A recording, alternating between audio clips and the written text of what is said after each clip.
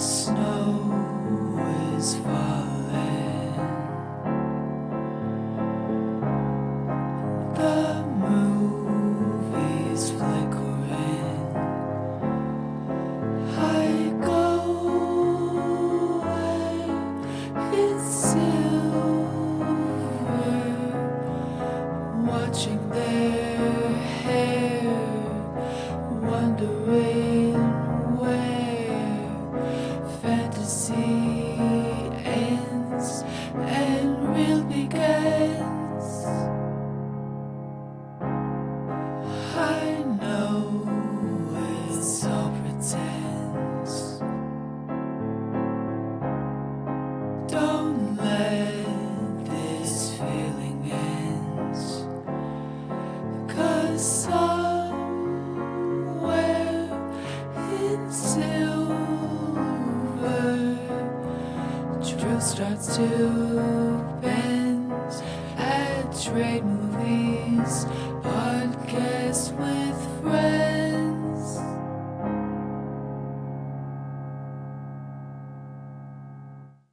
Hello, everyone. Today I'm talking to Rebeca, who is a filmmaker and film yapper. Although currently taking a break from social media, she plans on coming back very soon to serve you some hot film takes, film analysis, and filmmaking education to unlock the gatekept world of getting started with your own filmmaking career. She's an aspiring screenwriter, director, and sometimes actor trying to get rid of that aspiring label while helping others also do the same for themselves.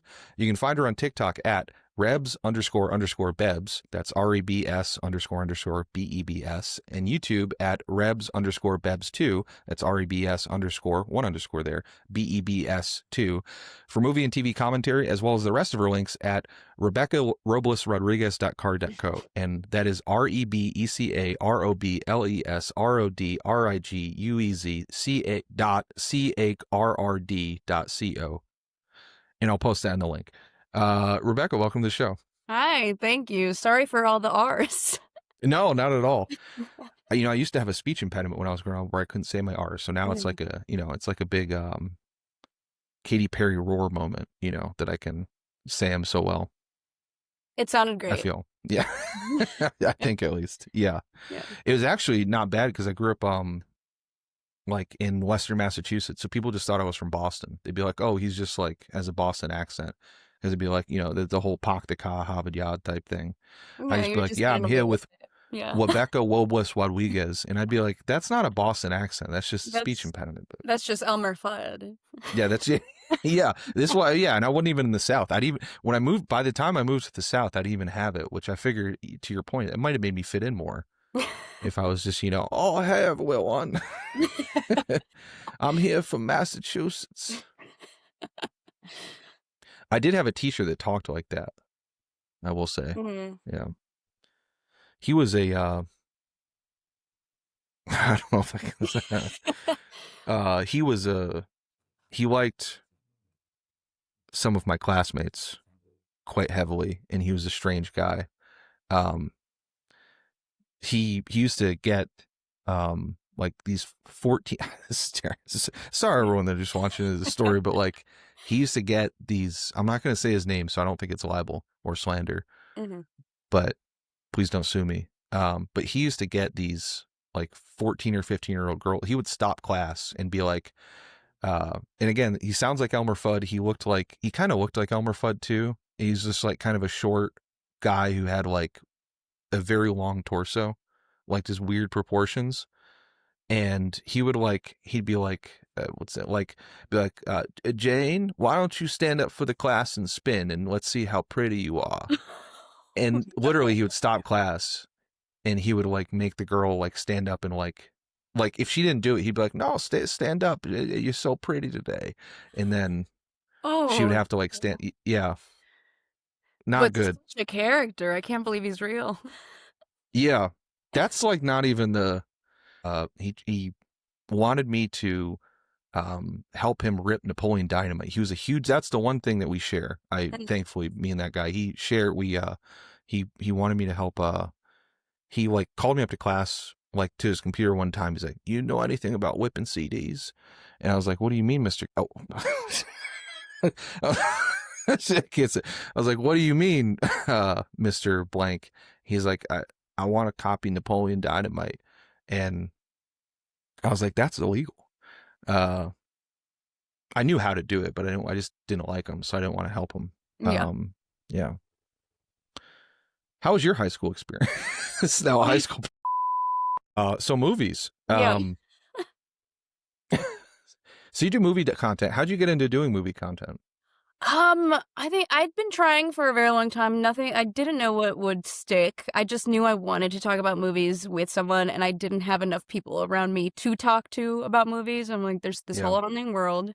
I, unfortunately, was in the online space way too young, so I was already well integrated, understood the ins and outs, Yeah. and knew that there was communities. So, Do you I remember a time before computers at all? yes, very minimal, but yes. Minimal. We had a family computer and then eventually a family laptop, so I didn't have screens at all times. At least I'm very grateful for that. Yeah. So I did That's spend. kind of the way computers should be. Is Mhm. like a piece of furniture. Like there should have to be a computer.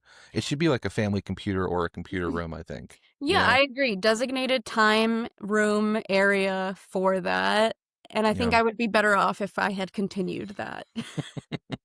Yeah, place. It should be like a sewing machine. Like those old like built Um, into those old tables or whatever. mhm. That'd be kind of cool. Yeah, I'm also a substitute teacher, so I'm around a lot of kids that Mm, from womb on they have had tablets in their hands. mm. So it's super interesting and iPad kids. it's through and Yeah, yeah, through. yeah. It's really difficult to work with them. They have Mm, much worse attention spans than I do. So, yeah. That's mm, wild.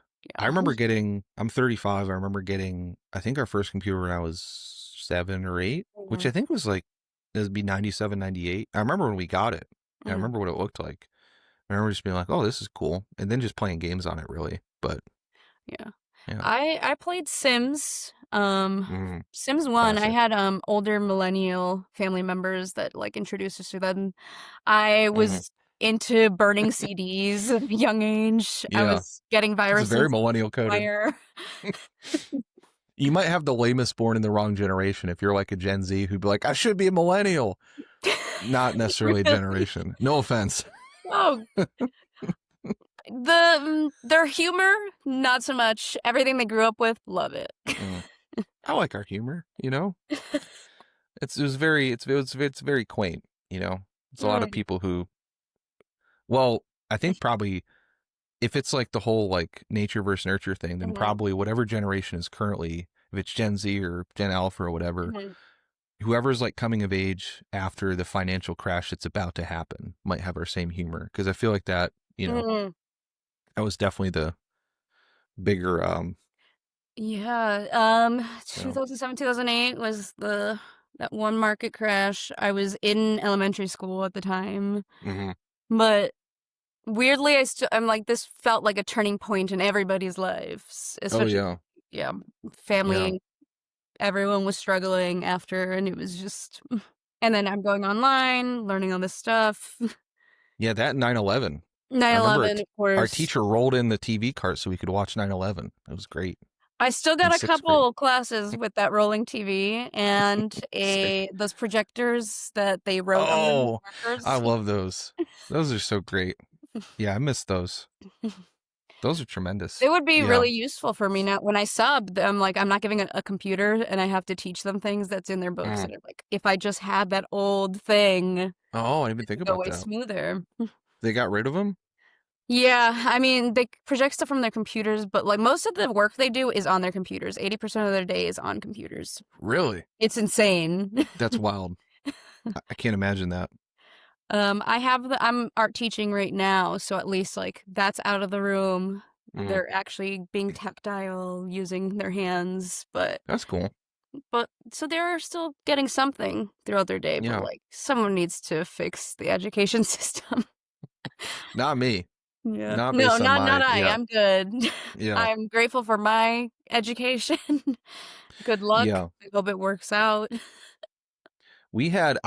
I mean, honestly, well, I don't know if I'd say that. I really liked my high I really liked my high school in Yeah. many ways. It was a crazy place, but like I got to watch like The Waterboy like 160 Mm. times, which was great.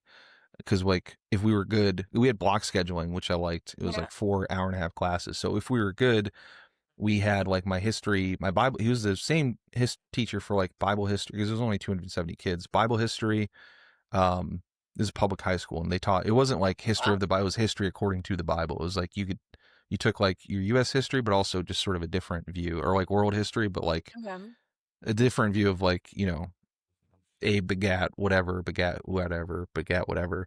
But if we were good in that class, it was taught by my baseball teacher, shout out, who I loved, who was actually genuinely probably the smartest guy I've ever met. But he'd be like, if you finish your work, we'll put on a movie. But we only had 3 movies. We had like The Waterboy and The Princess Bride and Billy Madison, not Billy Madison, Happy Gilmore. So I love that was yeah, allowed. it was great. Because Yeah. we did get a couple of movies. I watched what is the football movie? Remember the Titans like 10 times with the same math teacher. I Princess love that. Bride was one of them. In 5th grade, we watched Apollo 13 of all movies. Oh, great So movie. like very early on, watching some cool stuff from our teachers. Yeah, that's a great one. Yeah. I missed seeing that. That came out in IMAX last month, and I missed seeing it. I was really upset. I did see the previews for that. Also missed it. Like Yeah. wanted to relive that 5th grade class. Just Yeah. I like how he made that same movie. Didn't he make The Martian as well? Like, I think he just remade that movie again, which is I like never the same. watched The Martian, but I would. Well, if you've seen Yeah. Apollo 13. Yeah, then I've seen The Martian. Or I guess it's not. Maybe, is Apollo 13 Ridley Scott? It is. Is Ron Howard. Okay, so Ridley Scott remade a Ron Howard movie. I think they're the same movie. Yeah. That's crazy. Now I feel like an idiot. I've been saying that for like months. That I was like, oh, Ron Howard just remade that movie, or Ridley Scott just remade his own movie. Yeah. But I guess they each made one. Okay. Yeah, because they're not really allowed to show movies in classrooms anymore. Are they not? At least it got way stricter in the last. At least from I've been subbing for 5 years. The last 5 years, it's been more difficult to show anything.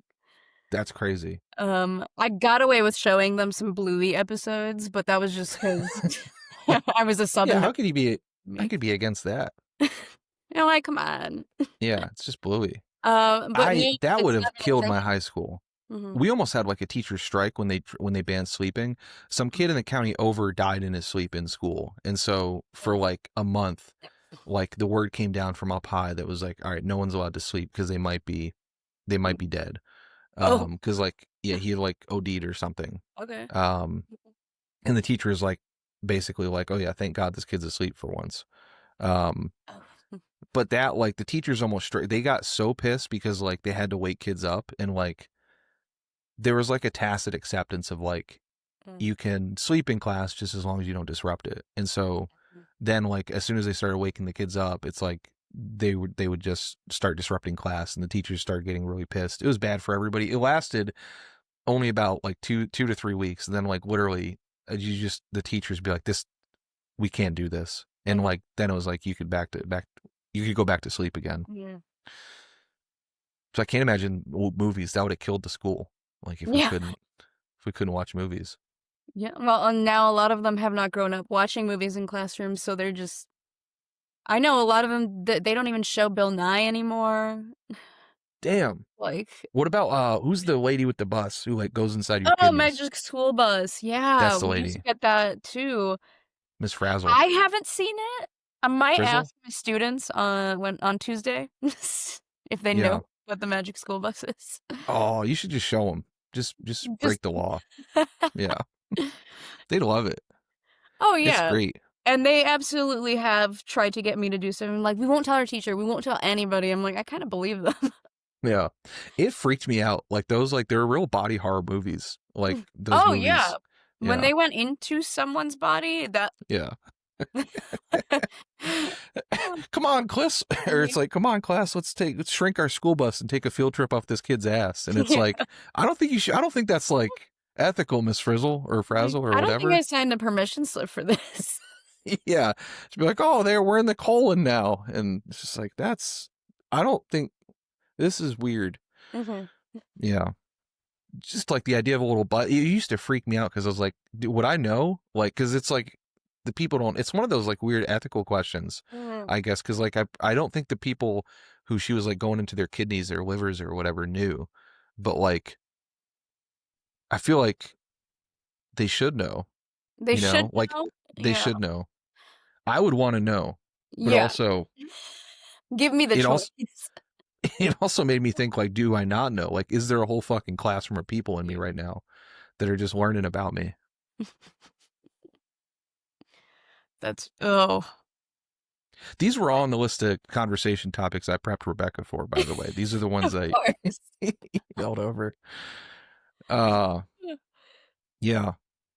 So that actually, there's a slight segue in here because I think, I don't know when we were talking about, like, I guess, like, the generational stuff for the computer. So Coherence. So you picked Coherence. Yes. And before I ask you why you picked it, I have to say I was curious if you were trolling me, because, like, this seemed like, not in a bad way, but just like in terms of, like, this seemed like the most, like, 2009 coded movie. Like, when I was like college freshman, like, showing each other movies. I remember this one kid who was like, "You got to watch the Boondock Saints," like that type of shit. Yes. Or, like, a lot of kids were like, "You got to watch the Boondock Saints." That was Yes. that was a big one. But, like, this felt like very much, this is like one of the most millennial coded movies I think I've ever seen in my life. So I'd be curious, how did you see this and why did you pick it? I do agree with that. I do not relate to a lot of the characters in this. But a friend of mine had recommended to me, like, almost 10 years ago. I'm big into sci-fi in general, so I Okay. was all for it. And then just because it's this, like, such low budget, just hearing how it was made is what was interesting. Yeah. So this is a low budget. They did it in a week, I think 4 days. That's crazy. At someone's house. There was no real script. There was kind of just let these actors, give them their characters, tell them their motivations, don't tell each other what is going on, and just let them play. And that was what I was drawn to for this. Yeah. Yeah. That's cool. How did they recommend it? Was it like, you got to watch Coherence? Was it like one of those? This feels like a you got to watch It type was very movie. much, you gotta watch this. My brain was melted by the end of it. Yeah. Sick. Is that still happening? Because that is, like, I feel like I think the things that, like, sort of define the millennial code, like, the fact that it's a movie of, like, a you gotta watch this felt very millennial coded to me. I think because, like, Christopher Nolan was, like, I mean, he's still, like, the big dog. But, like, especially at the time, he was making, like, The Prestige and, like, Tenet and Inception and, like, I guess Tenet was later, but, like, Inception and The Prestige and Memento. Like, he's, like, the king of, like, the you gotta watch this type of movies, where it's like Usual Suspects 2, I think, was 96.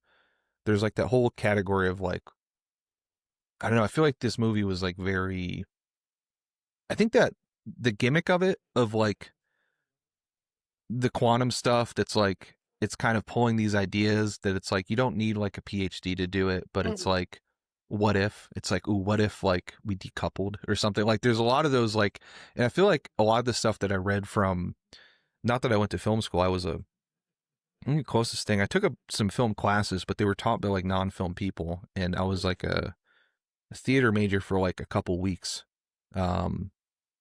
before I realized I didn't like theater kids. I didn't grow up with theater kids. I didn't know what theater kids were in Tennessee. We didn't have a theater program. I knew what ag kids were.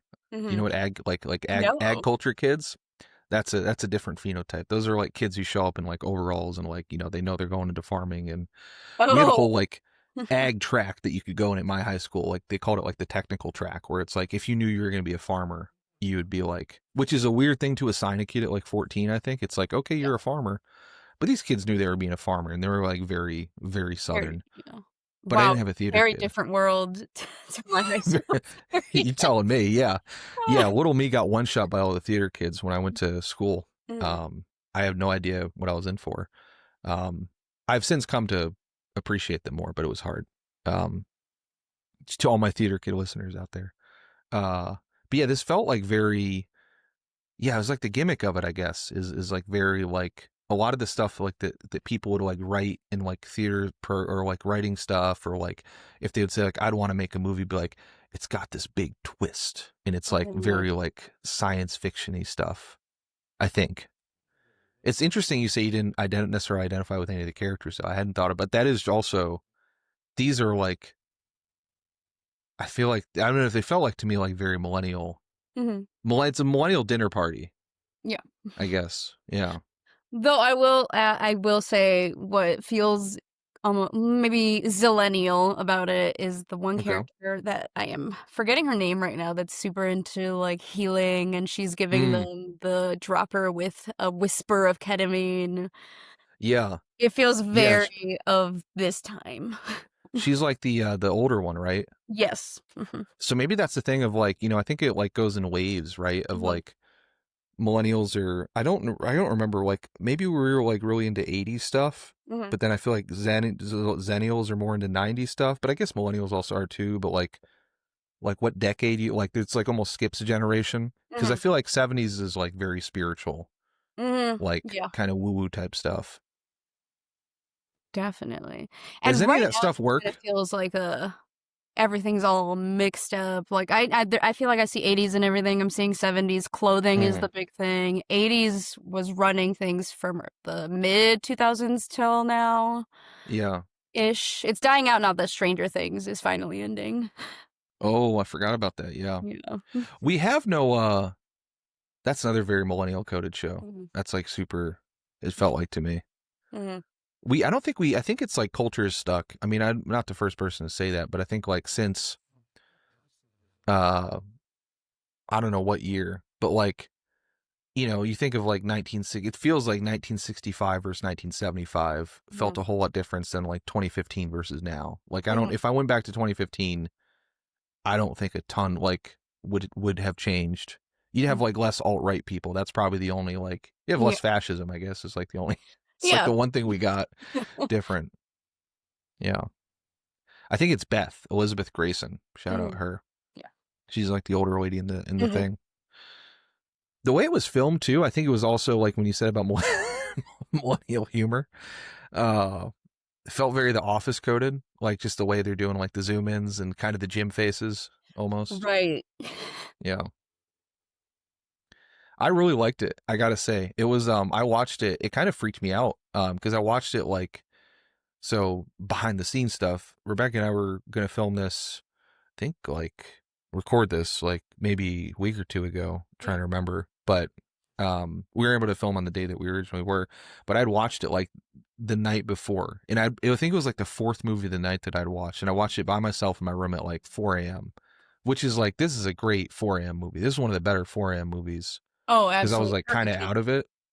Yeah, is stroke of luck. I didn't know that about it. I didn't really look anything up. I just only read I normally only read like the top line of the Wikipedia.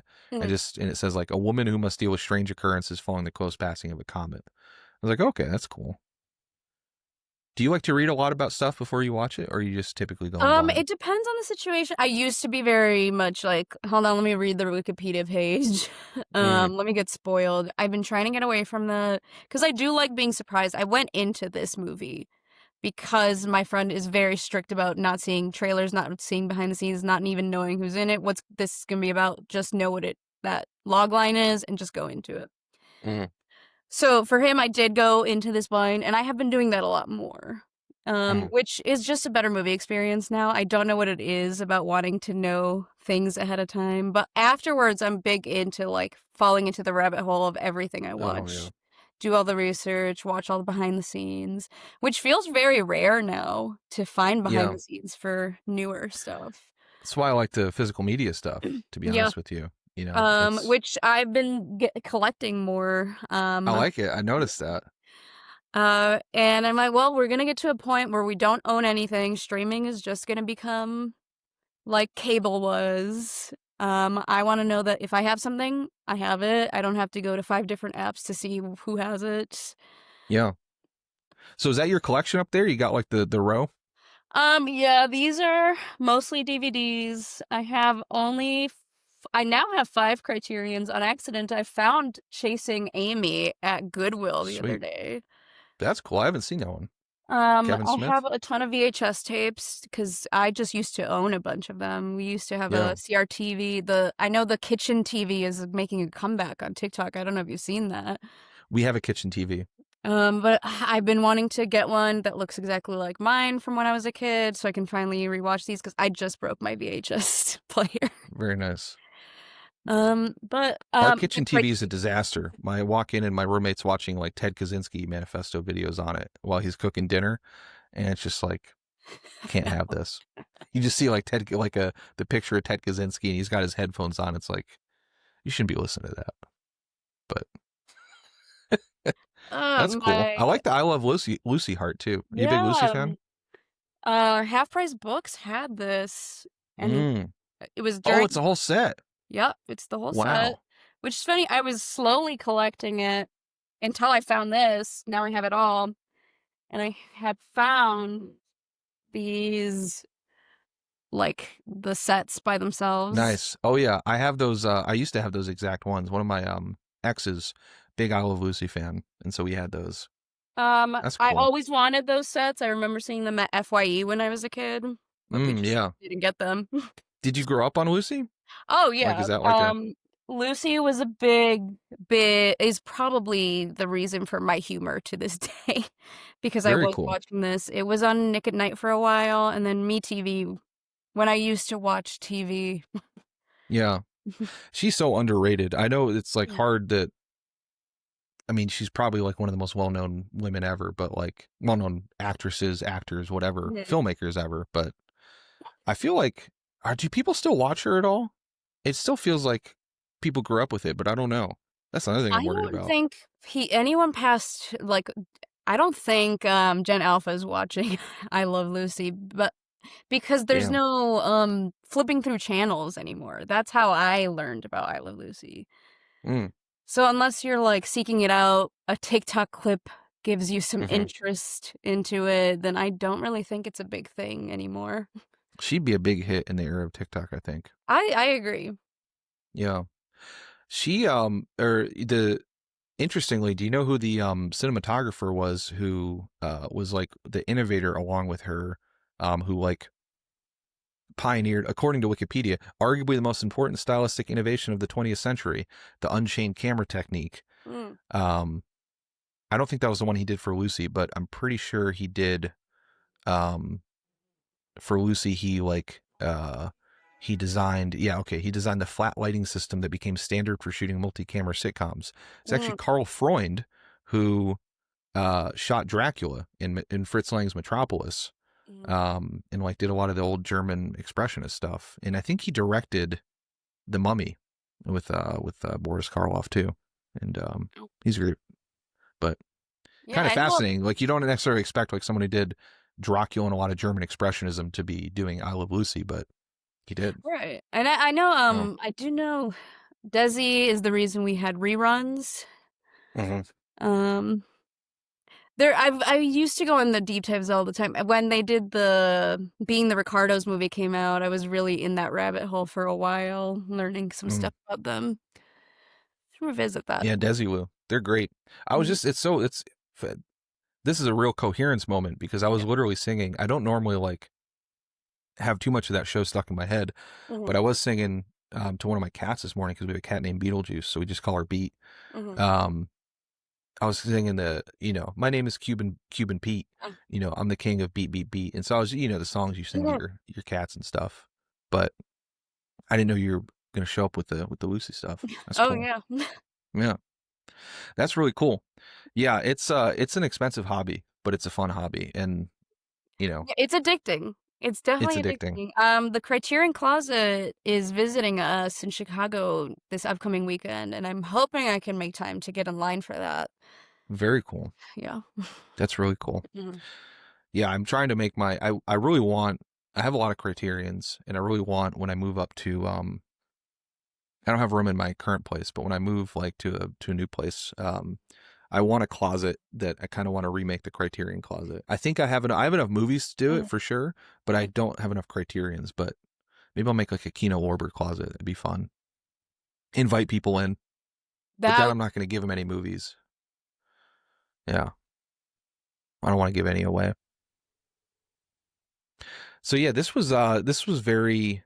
I quite liked it. Has he done any more stuff like since then? Like, I think he It's a guy who worked. When I was looking him up, he worked with James Ward Burkett. He worked with Gore Verbinski. It's just strange. Like he did. He was funding for another movie because I rented his like behind the scenes answering questions thing. That was a fundraiser for his next film that hasn't seemed to moved on. Let's see. Yeah, Shatterbelt Mm-hmm. is an episodic series in tradition of Twilight Zone. Mm-hmm. Yeah, looks like I it. know in that he really wanted to do a show, a spin-off show of Coherence, kind of the aftermath of what happened and how it affected other people in the same like time. Yeah. What would you do if if you if this happened to you? I was thinking about that the whole time. It was a really fun thought experience. Like if I was like caught in a comet Mm-hmm. or whatever, and then like, started like possibly, first of all, I don't think I'd be able to figure it out. I thought these people did well, like with being able Yep. to be like, oh, we have green and then this is like 619 and we're do the pictures and like whatever. But yeah. I think I agree. I don't think I would have come up with anything. Anything, I would have panicked and just tied everyone down. Do not leave this house until morning. That's what we're doing. We're locking down. Yeah. Anyone trying to argue to go check it out, like, no, I'm just going to Yeah. stand in the doorway. Like, we don't know what's going on, and I have no idea how to figure this out. I would have gotten everyone in the car. Like that's the thing I don't understand. Like if it's a thing of like why did they walk? Like they should have gotten like, I guess first of all, maybe it's their drinking. I'm not endorsing like drinking, but then one person was like sober. So like before he started drinking again, he could have been just driving. They could have just packed everyone in the SUV and just started driving someplace. Mm-hmm. I feel like that's probably the safest option is to go as a unit. It's interesting. If the car, would they also, the other people in the other houses also have this idea and they're crossing through this like roulette wheel? That's interesting. Yeah. Yeah. Yeah, I wonder what happened if they took the car through the like the dark space. Mm-hmm. Yeah. Would they switch spots in other cars? Would they just swap cars? Yeah. I'd be driving into like downtown. Like if that's a Mhm. thing of like Like leave, get as far away. See if you can keep going yeah. past this one street. Also, I feel like this did like, so there was a couple things that I don't know about bothered me about it, but like if I had a brother who's like a quantum physicist and he said like, hey, something fucked up might happen, just let me know if you see anything strange during this comet. Yeah. I would like, the guy's like, yeah, I didn't really think anything of it. And it's like, I'm so like, with the amount of like health anxiety I just sort of latently have and like just general stuff, I can't imagine like, what is it like not following up with a million questions on that of like, what do you No. mean? Yeah.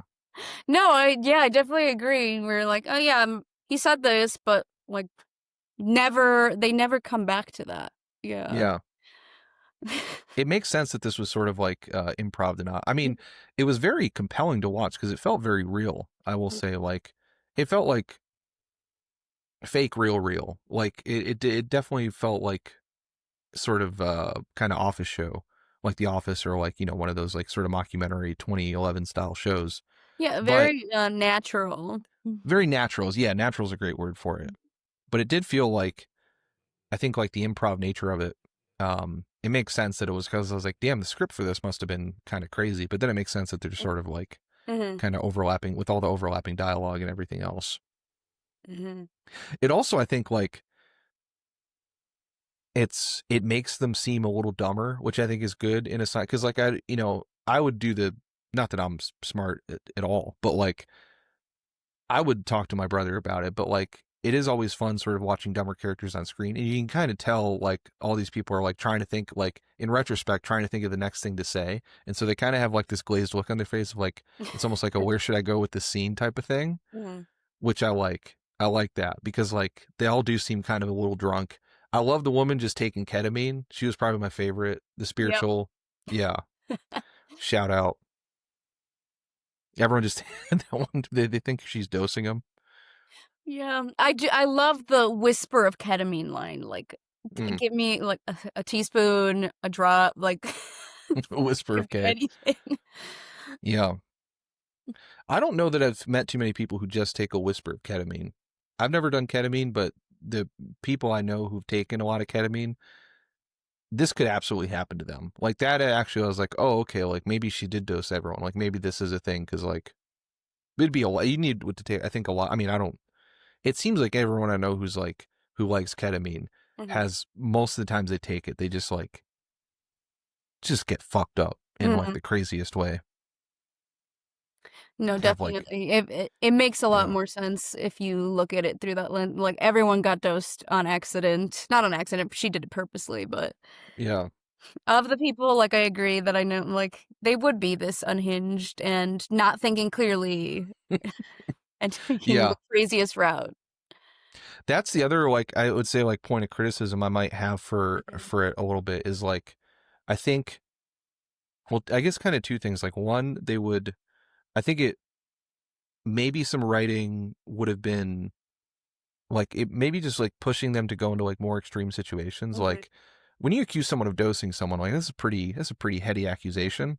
But it would have been funny if she did dose them. Like I was rooting for her to have Yeah. dosed the people, but for like an unrelated reason. Maybe she's a psychopath, maybe she's a sicko, Mhm. maybe she's just like, or maybe she's like loving in her own mind and like she's like this is the new spirituality. Like she learned it on TikTok of like a Mhm. thing. I feel like that'd be like a, you know, a thing of like, if she's taking a little ketamine, so she's got a little ketamine addled brain, and so she's like, oh, I saw this thing on TikTok where it's like, yeah, it's okay now. It's like it's actually ethical if Mhm. like if you dose some people, and Yeah, like then she's you're doing them a favor. yeah, because they started doing that. I think like the one guy, he's an alcoholic, right? And so he just Yes. starts drinking again. He's like, and then he wants to kill himself, which I thought was a fascinating like Mhm.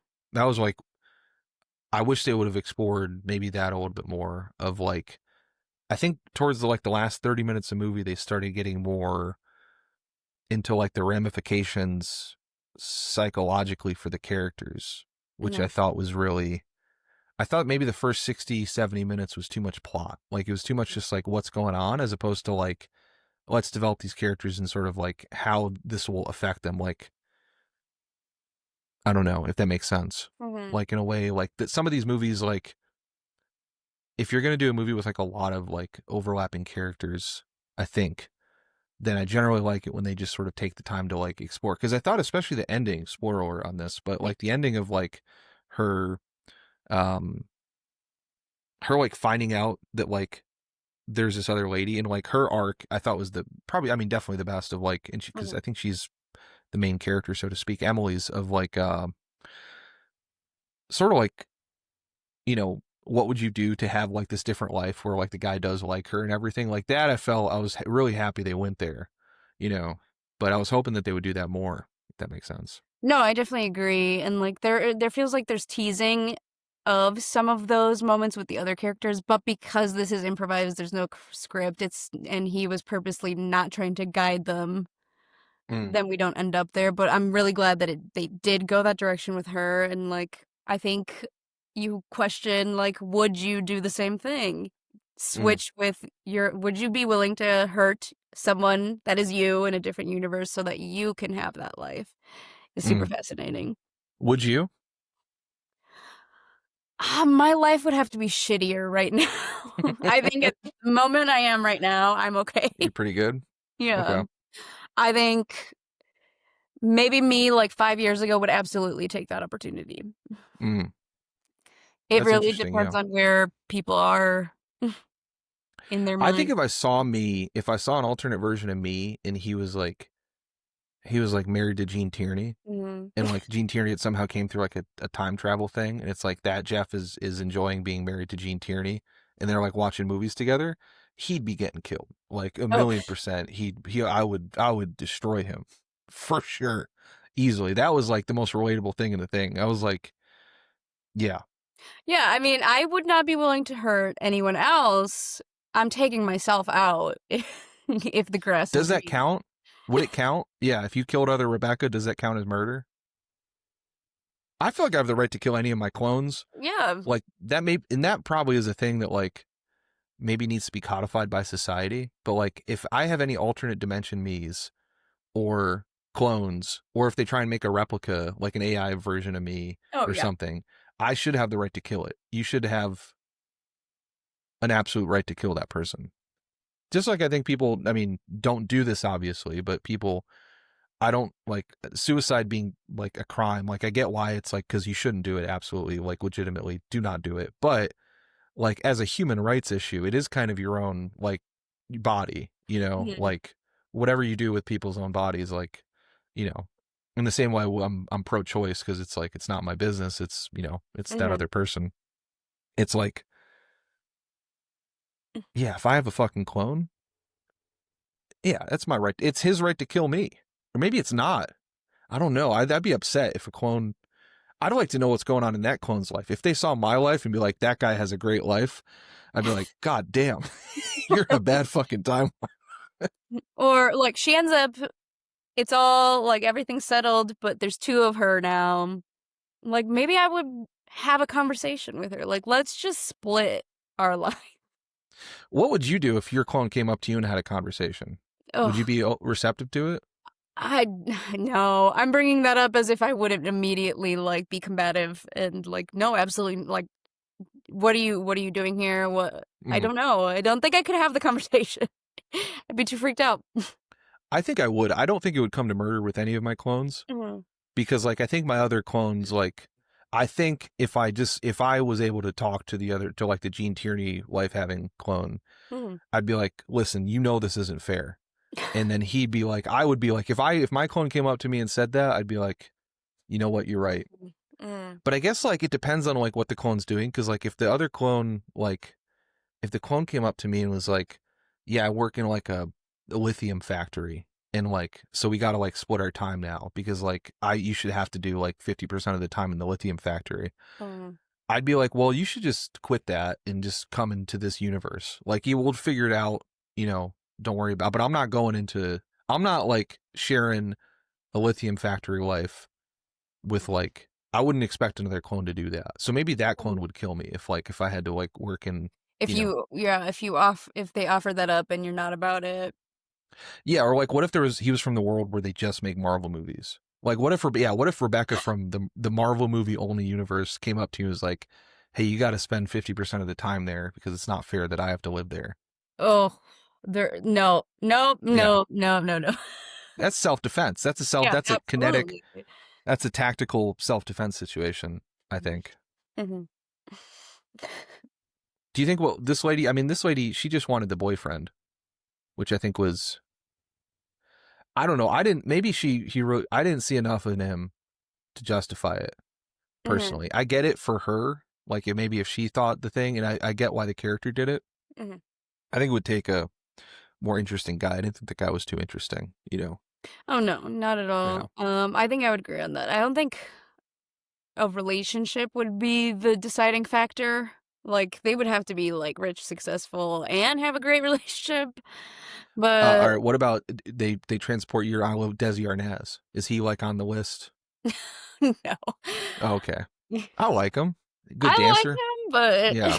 Not husband. I that don't man think is he. not committed. Well, oh yeah, he's not committed. I also think he was not a great. Like I think he was allegedly physically abusive. I think. I don't know why I Allegedly. should say alleged, but I think the estate's still around. But Mhm. I'm not a lawyer. Yeah. I don't Allegedly, I'm not Rebecca is saying this legally. I am not. Yeah. Any. It ain't This can is all like, fall on me. That's you know what? I'll do it neither. just Yeah. so I can talk to the Desilu estate. Yeah. That'd be fun. Mhm. Yeah. I wonder what those people are up to. Yeah. I wonder who controls those estates. Yeah. So you wouldn't do it for any relationship. There's not a single like. There's probably many. Maybe this is revealing something psychologically for me. I Mhm. think there's a lot of like Gene Tierney. Actually, the lady. So we've gone a little bit into the episode. The movie I picked but like to pair with it is My Name is Julia Ross. Mhm. I really quite like the lady in the. I thought her performance is really good in My Name is Julia Ross. So Mhm. what's her name? Nina Falk. Nina Foch. I guess it's Gosh, pronounced yes, I think. Foch. Yeah. Um. Yeah. If she was you know, nice actress like that, she seems nice. You know, if I saw other Jeff with Nina Foch, I'd be like, all right, buddy. But then, like, that's got to be like, that's not consent. I don't think I would do that now that I say that, because like the other woman would not be consenting to me, right? So like that's not Right. because like There they're in a is relationship with that version Jeff. of you in that other universe got this person. You don't know how their relationship developed. Yeah, You're just jumping in with no knowledge as well. This person has yeah, no idea what's going on. yeah. I'm trying I like wonder if if there's any version of time traveling Gene Tierney that would be interested in me. That's what I need to figure out. there's infinite universes. There is one where this happens. Yeah, do you know? I cannot imagine. They say that, and I know people say that, and I believe it. Mm-hmm. But just picturing a universe where I'm like kind of big dog in like a Gene Tierney, where I'm like, I'm sorry, you know, you're not good enough for me. Like that's a possibility, right? But I think if I said that, Jeff would be getting killed for sure. Yeah. He would be getting destroyed if he was just like, yeah, you're, you know, no thanks, Gene Tierney in this alternate universe who wants to be in a relationship with somehow me. That's being like, no, I can't imagine. Like, there's not really any, like, if we're talking actors, modern actors that I'd be like, okay, maybe, yeah. But I do watch a lot of older movies where I'm like, I can't believe Clark Gable is not here. Oh I yeah, can't believe Buster yeah. Keaton's not here. Oh yeah, Like, I'm watching yeah, this and he doesn't look like this, he's dead. yeah. Up 100%. Yeah, Clark Gable. He would just be so fun to be married to. I mean, honestly, most of the people that would die would be the gay versions of me. And I feel like that weirdly, and I don't mean that homophobically at all, at all. I realize it sounded really bad. Just in terms of jealousy, like in that, I feel like my life would be better given like my tastes and personality if I were able to be gay, which unfortunately, the tragedy of my life, I am not. But yeah, if I saw like time traveling me with, if I saw a time traveling Clark Gable with me, and me with gay me in this universe, I'd be so mad. That person would probably be getting killed faster than the Gene Tierney, because not only do they have are they gay, but they have Clark Gable, and it's like that's a double whammy, you know? Yeah. That would suck. Yeah, Clark Gable, Tom Cruise, more that's like just more as a, you know, I just would love to watch movies with him. Oh, I'd love to spend Laird some time Krieger. with Winona Ryder and just talk about movies all day long. Yeah, and shoplifting. Oh yeah, I shouldn't say that. I'll probably edit that. She shouldn't have it was to a be. long time ago. It was a long time Kleptomania is ago. a disease. She got her help. Yeah. Is it a disease? I wonder, like, I think it is a disease. You don't hear about that one too much anymore. That's something that's They're not kind of getting gone out of caught, fashion. which they probably will be soon, the way the cameras are going. Yeah.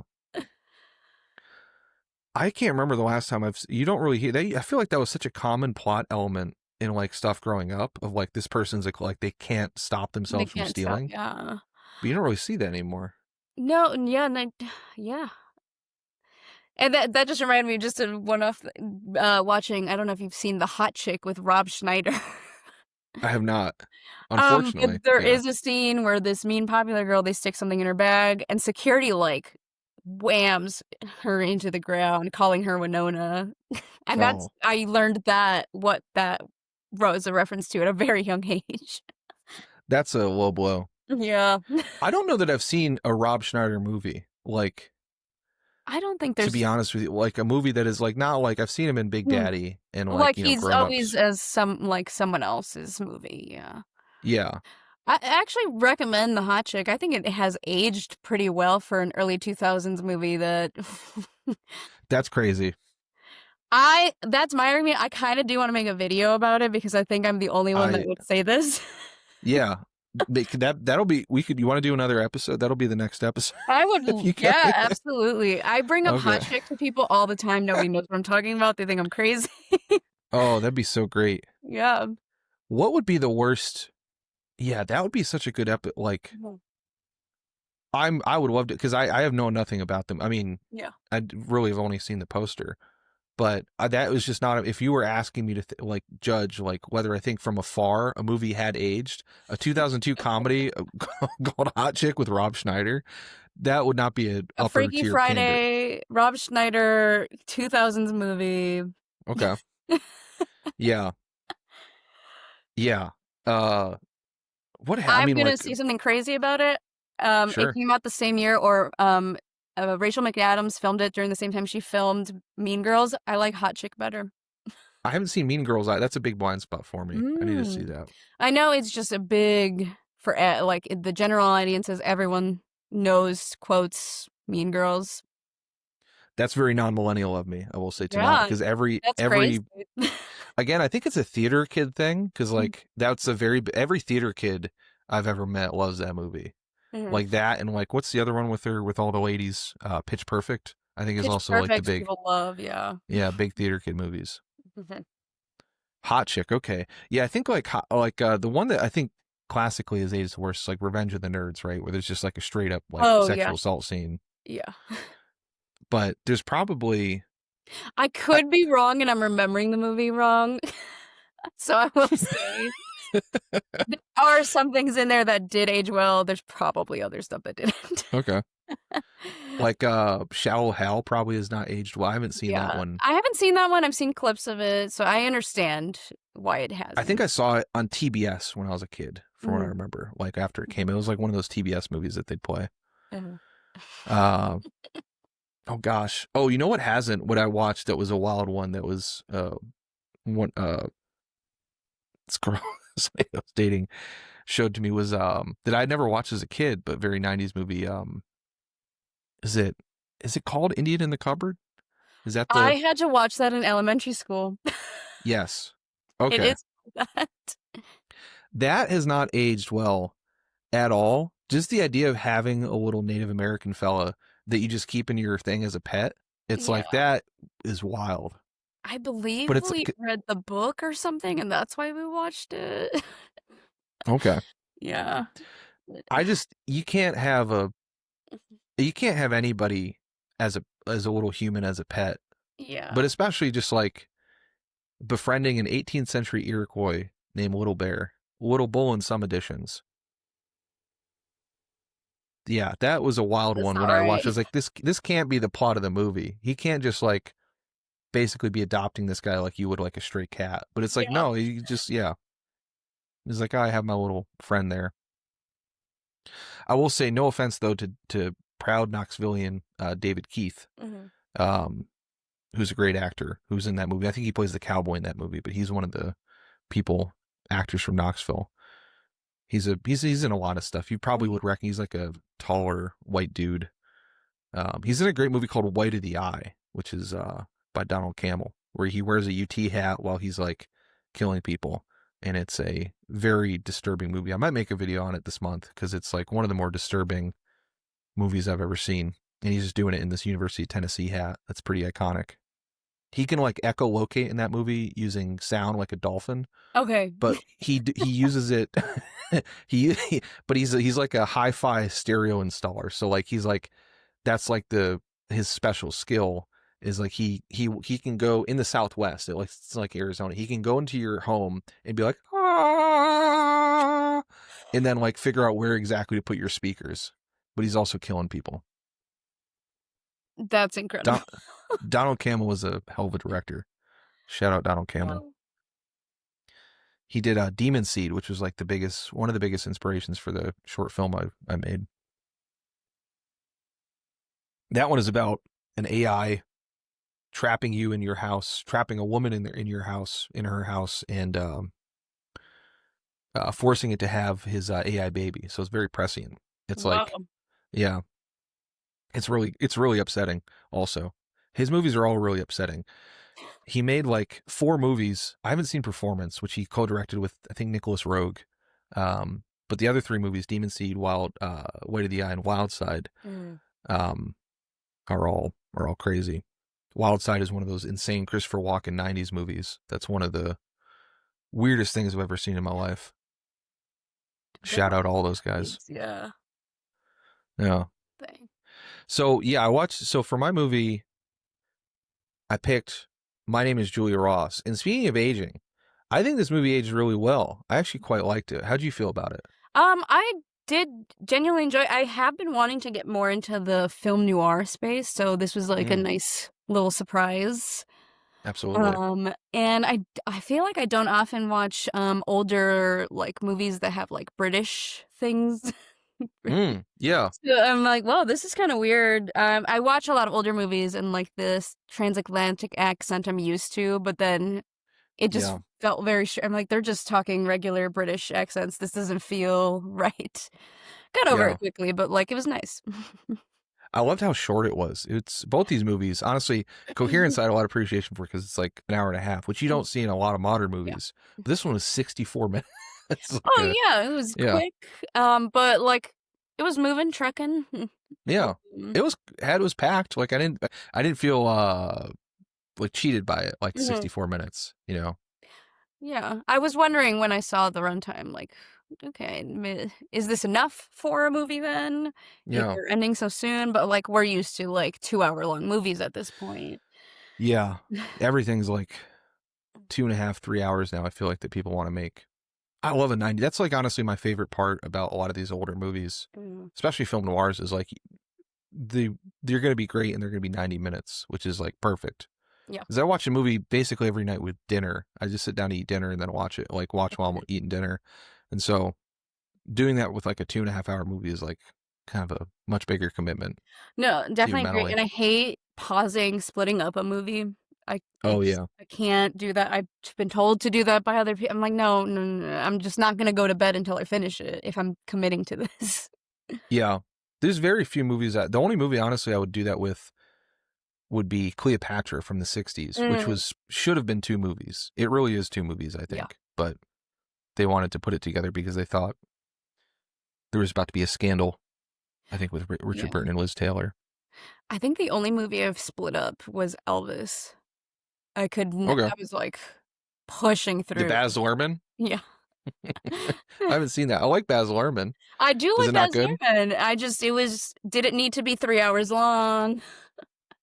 I saw that one clip. I haven't watched it. I feel bad because I should, because I do like Baz Luhrmann.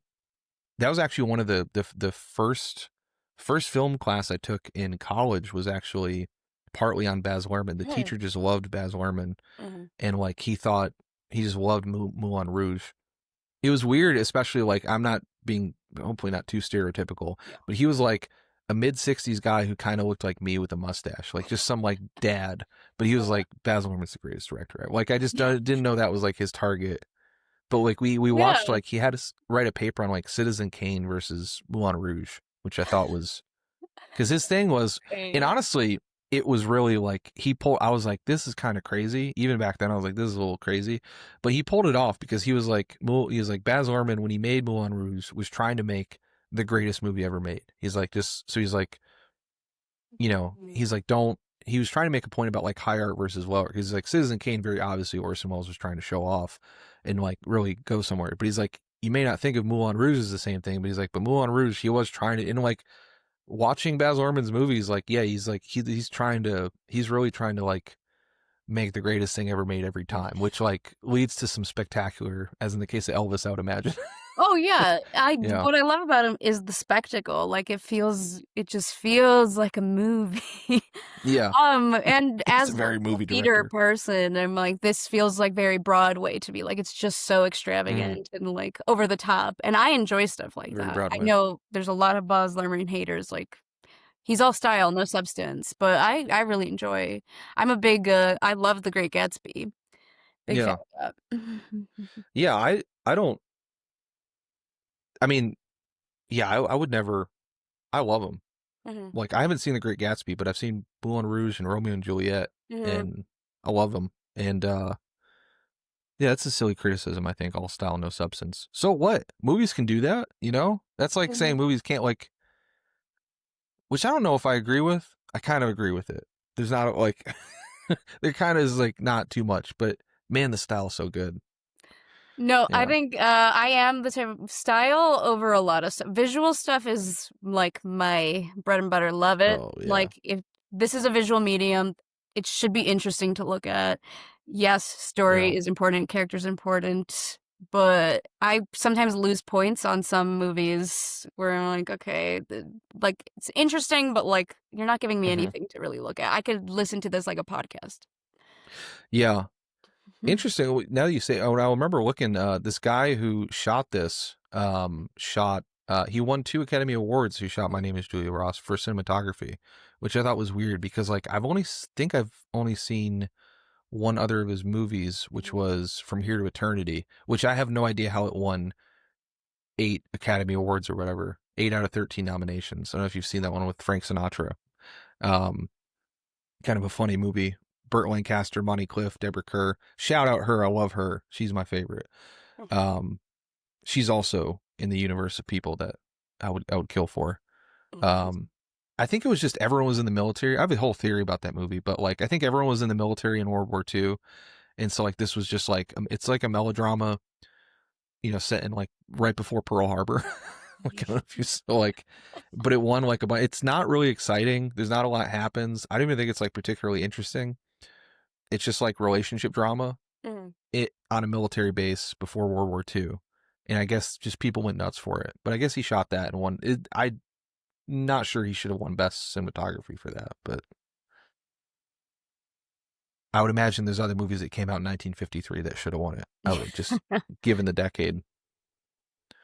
Yeah, with this, But I was loving. This is where I'm like, I need to watch some more film noir stuff. The shadows were like blowing my mm, mind.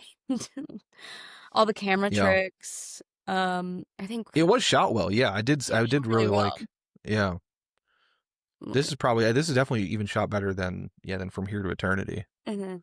But yeah, this is like it kind of encapsulated like so much of what I like about film noir, but also I think the overlap between like women's pictures. So this was written by a gal, Muriel Roy Bolton. Mm-hmm. I assume that she's a lady. That'd be a I don't know if that's one of those old names like Ashley that was like by gender or Yeah. whatever. Uh, it says she. Okay. Mm-hmm. Um, but I don't think I've seen like a bunch of other um stuff by her. But I will say like this is like it seemed very square in the overlap between like film noir and like women's pictures of like Mm-hmm. um yeah, just like I don't know, the idea of gaslighting a woman I feel like was so so central to so much of film noir and like pictures of this era. Um Yeah, I was yeah. pleasantly surprised that like immediately she's like combative. She's like, I'm not supposed to be here. Like she's not tricked at all. Yeah. That was surprising. I Mhm. figured that and also, I mean, not that again, not a weakness. I would have been Mhm. curious if it almost would have made some sense or not made some sense, but like I would have been interested to see a story where she's not as happy with her other life, where she's just like, okay, I'll go with this a little bit more, like Coherence. That's where I thought some Right. overlap was, Mhm. because like yeah, she is just like, what the fuck are you guys doing?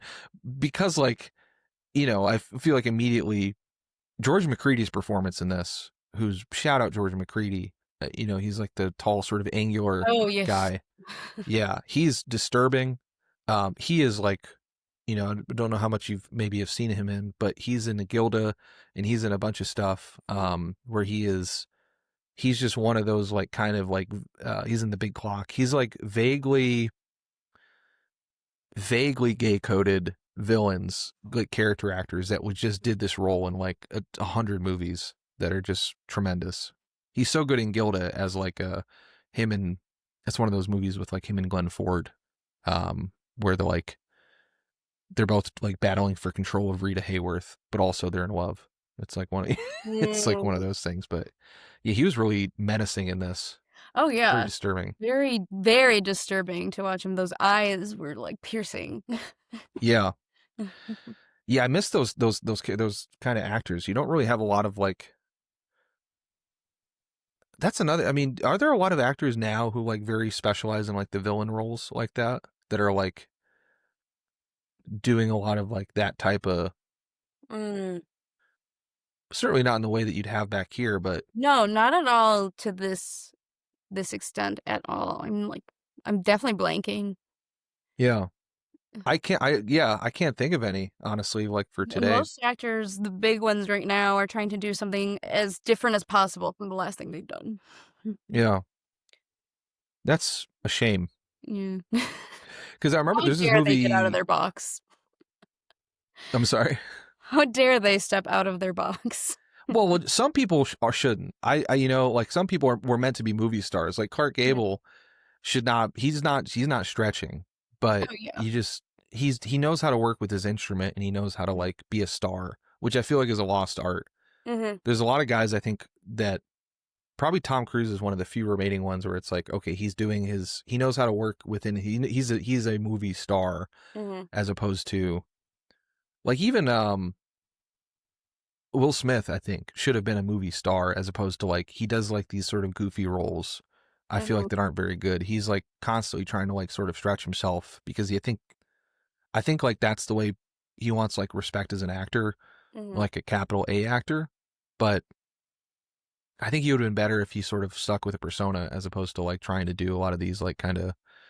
I just don't think it suits him very well. Mm-hmm. But he had like such a good persona that he could work in. Yeah. I can definitely see that. I'm trying to think of others. I know Glenn Powell has been like rising the last couple of years. Yeah. He's Hopefully he doesn't.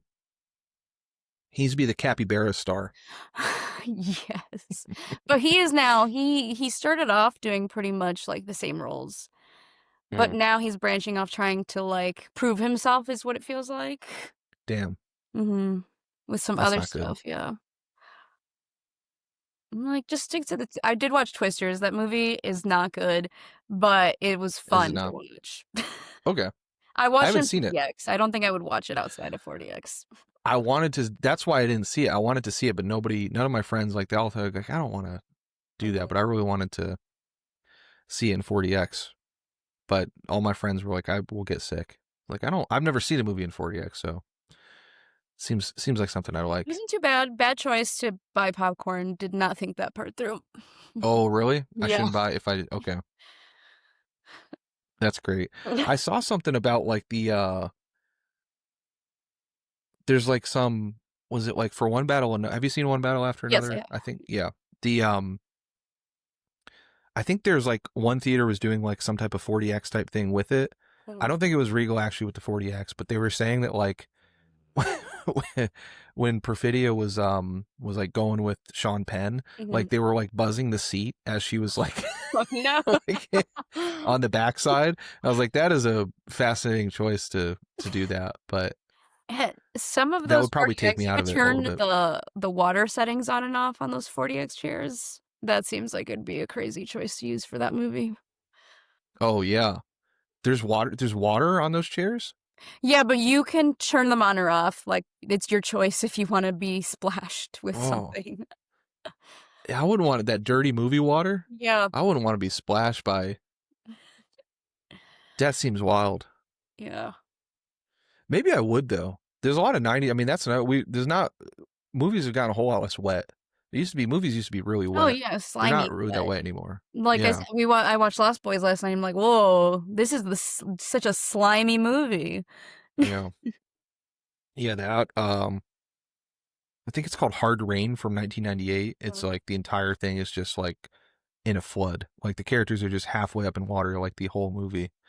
It's just pouring. Not a good movie, but fun movie. That's like a Twister style. I think it has I think it's Christian Slater and Morgan Freeman maybe. Okay. Yeah. Yeah, I think One of those weird we're in a 90s ones. drought, so I guess wet movies are out of the question now. Are you? I didn't know that. Oh, just like country wise or general. like up? Oh, in general, yeah. Yeah. Yeah. Global warming. Yeah. Yeah, we're becoming much more of a desert. But we don't really get a lot of. I guess we got Dune, which was okay. Mm-hmm. I thought Dune was fine. I'm trying to think of like good desert movies. I've been thinking about it a lot because of the Dune Bigelow stuff at the moment with like The Hurt Locker and Lawrence of Arabia. No, not But, many. Yeah, and there's yeah. not really much in the desert realm. Yeah, it's too much CGI. I think sand's probably harder to do. Right. And they're not going Yeah. to go out there anymore. Yeah. Oh yeah. Yeah, like The Mandalorian really didn't feel that dry. Mhm. You know, It's not like the sand, like, I think in the Hurt Locker, they were filming like in Jordan.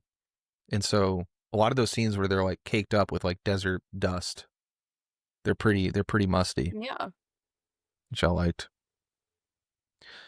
Yeah, this, what would you do if you woke up in this My Name is Julie Ross situation? If you woke up and you got, I guess, drugged and are like, all right, your name's actually Jane Smith and you're actually married to this guy, would you bigger freak out?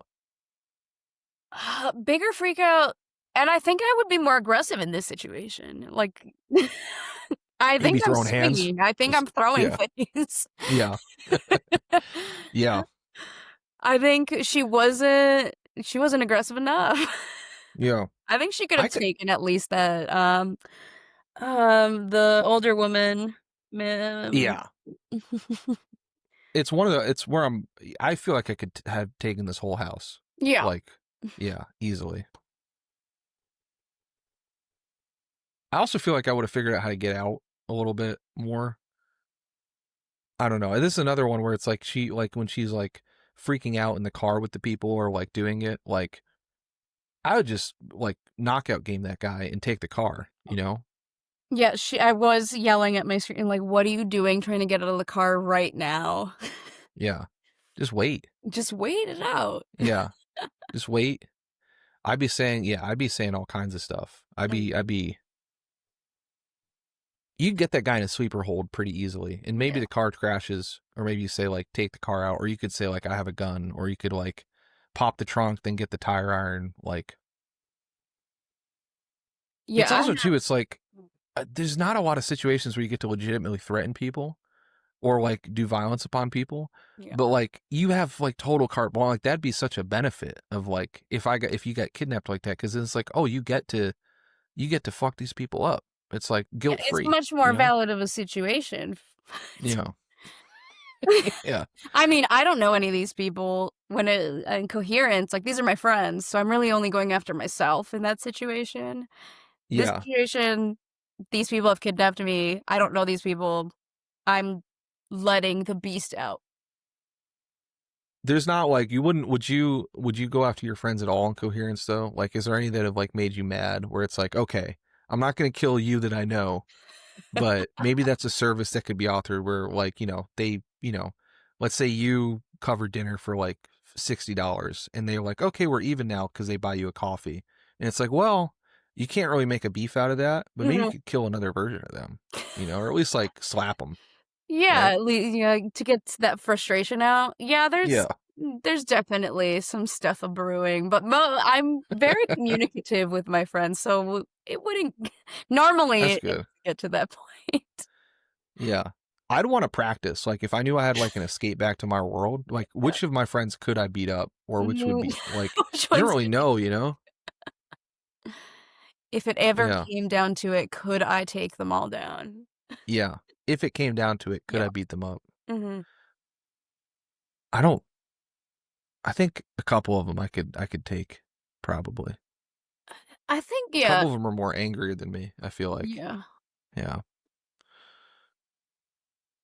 I'd have to do some mental stuff. I'd have to mentally beat them. I can't get myself there. I have some good friends. Yeah. Yeah.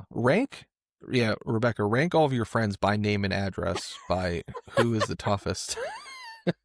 Who is, yeah. Yeah. Oh, no, I could definitely tell them to their face. Like, in this order, I feel like I take you guys. Mm-hmm. This person, we're pretty balanced. This person's definitely beating me up. Yeah. And I think it would just be sad for me because we're all just middle-aged guys. So it'd just be like a bunch of sad, out of shape middle-aged guys just gasping for air as they're wrestling. None of us would be able to do a lot of damage. Just don't have the gas tank for it.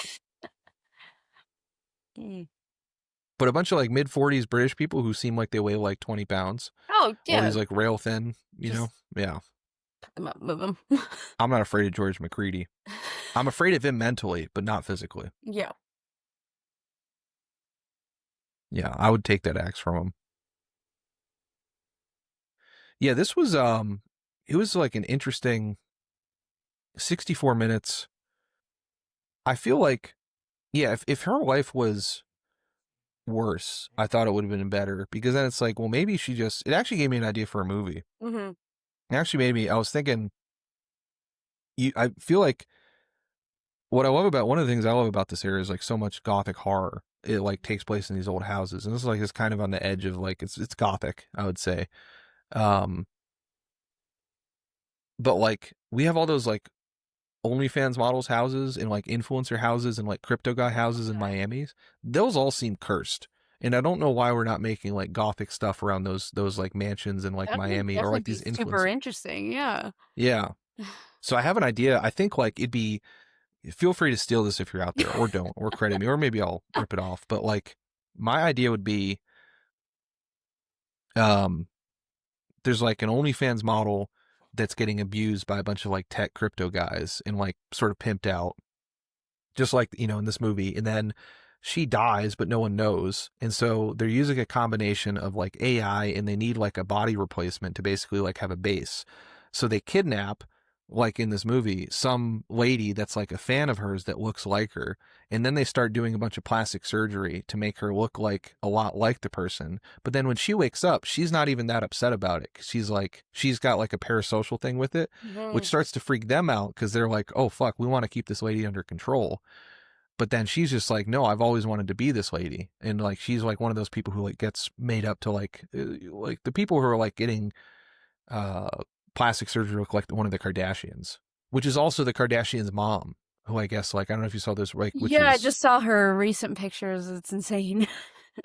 yeah, no, I know she's an active person, and I would never judge the appearance of anybody, but how old is she? She She's in is, her 60s or 70s, I believe. Kris Jenner. She is 69. If you haven't seen how she looks now, I'll just say plastic surgery is crazy. That they're doing things that I've never seen. I didn't know were possible. Yeah, in that same realm, seeing how Lindsay Lohan's plastic surgery has gone Good is or bad? insane too. And Christina Aguilera looks like she has a new face. Yeah. I don't know.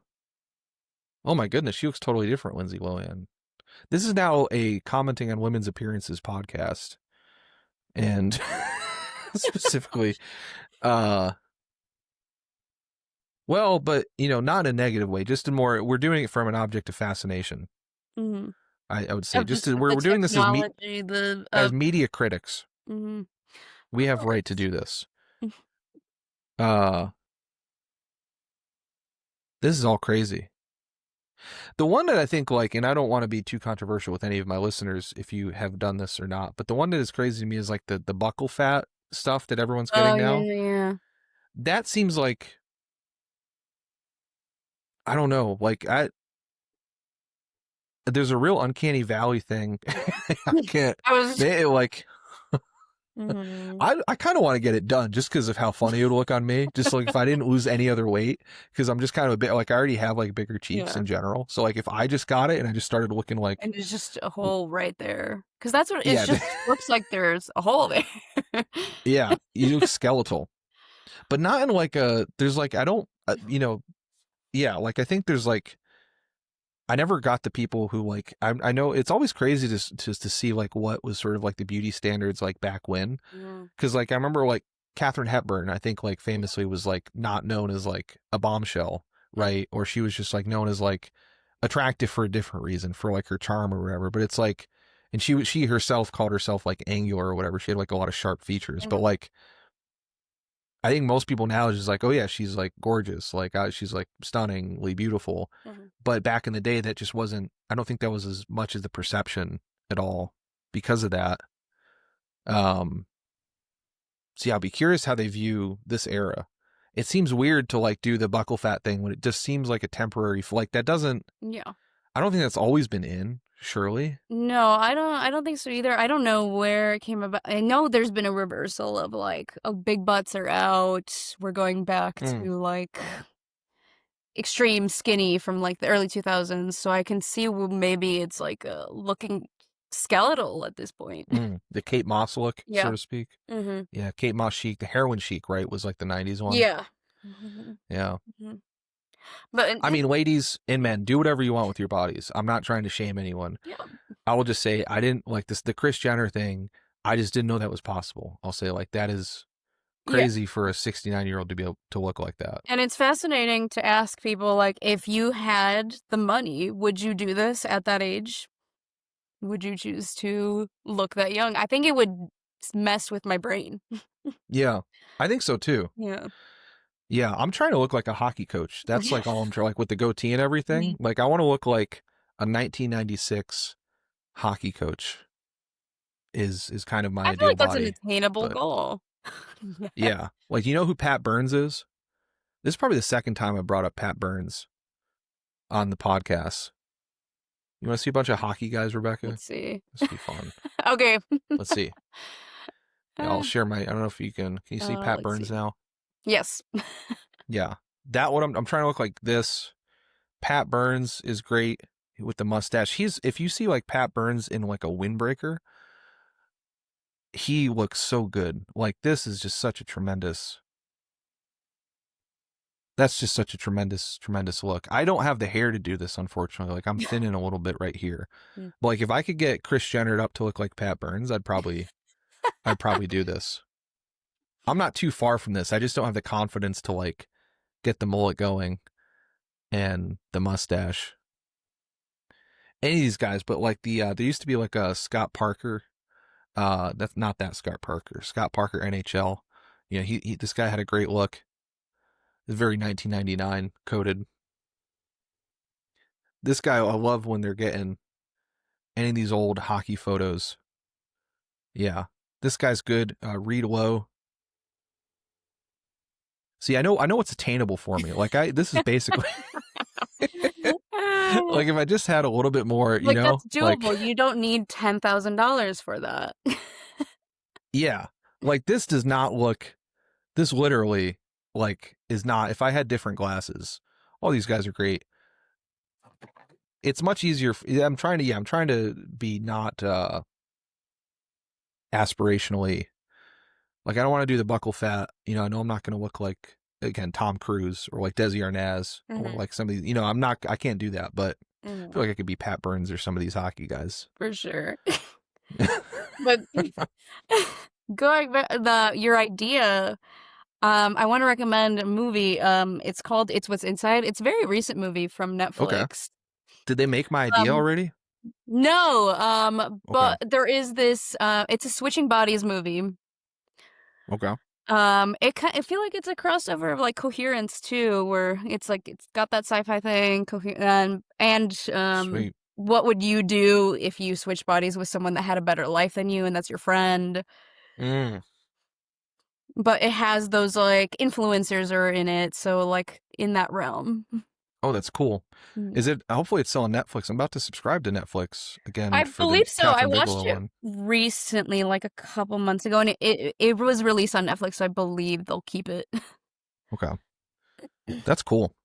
Yeah, I love these types of movies. So, is it like these types of? I think it's a blind spot. Like these sort of types of like kind of 2000 and on science fiction ones. Do you watch like a lot of science fiction stuff going back historically as well, or? I'm a big Twilight Zone fan, so I did watch Same. a lot of that earlier stuff. I haven't watched a lot of older movies. Like I do want to watch a lot more older sci-fi, which I haven't yet. I'm trying to think of something but like all those alien type movies from like monster movies from 40s, 50s. I really want to get into.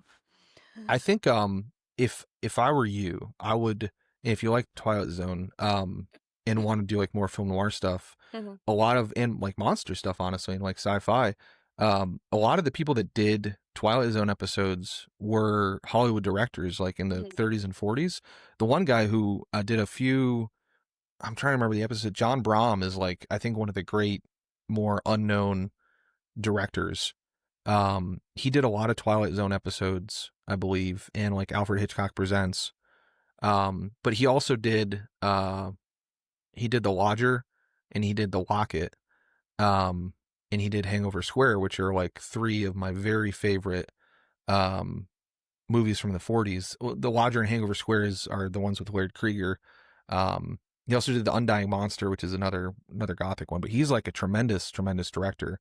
The Locket's another one that like most no one has seen, with Lorraine Day, Robert Mitchum. If you want to see a lady just owning dudes for like 85 minutes, it's like you would actually quite like, because this movie, like it is noted for its complex and confusing use of layered flashbacks within flashbacks to give psychological depth to the narrative. So like, it's so cool because it like starts out at a wedding, and then like this guy flashes back, and then it flashes back into another guy, and then like into a woman, and then to another woman, and into this, and then like then you like sort of slowly come back out of it. Very like sort of it could be a 2010 coded movie, but it's about what like was that one poverty called? trauma. The Locket from 1946. Mm. Yeah.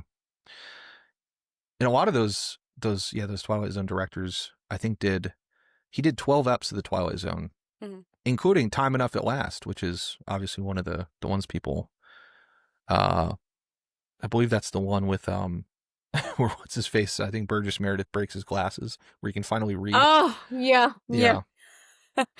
That was one of the most horrifying ones to me for some reason. Yeah. That one really stuck with me. I feel like if you wear glasses, I wear glasses. That's like that's the real tragedy. Yeah. Yeah. If you suddenly got access to like the entire Criterion, like if you post-apocalyptic found the Criterion van and you just like knocked it over, but then you broke your glasses, like that'd be the modern.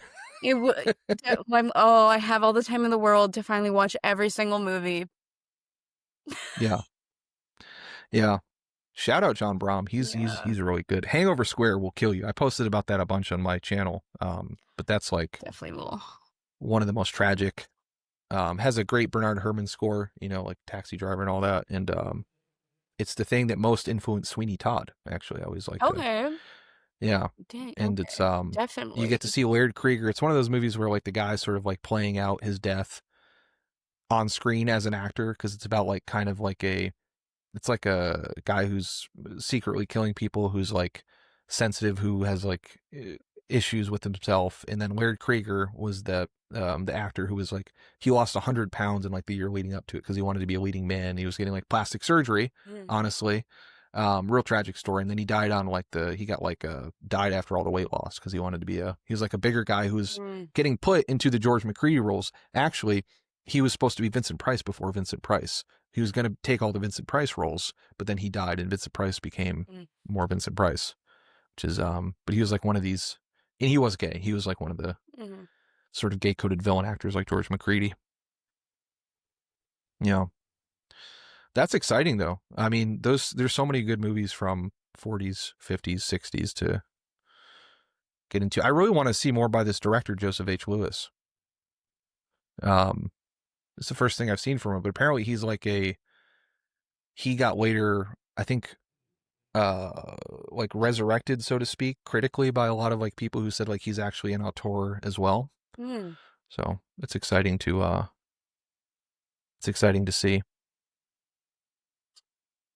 I really thought that this the Julia Ross was gonna go into the direction of Rebecca.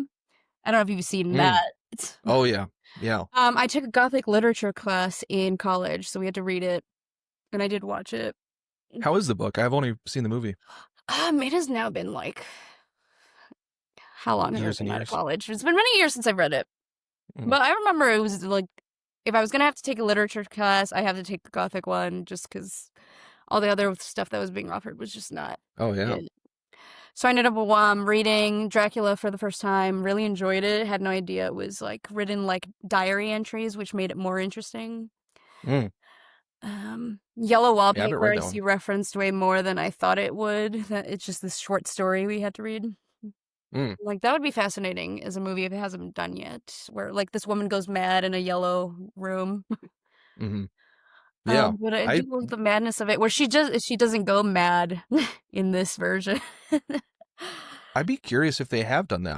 Wouldn't be surprised if they have, because they did so many inspired, at least. Yeah, it looks like there's a 2011 film that did it. That's interesting because they did so many of these of those like Gothic movies The other one I think of, because I think Rebecca was written by Daphne du Maurier, right? Was I did for a podcast a couple episodes ago. My Cousin Rachel, another great sort of hybrid kind of film noir gothic type thing. It's a film noir from Richard Burton's perspective, but it's a gothic horror from from Olivia de Havilland's perspective. I think she's just owning him the entire movie. It's another great one.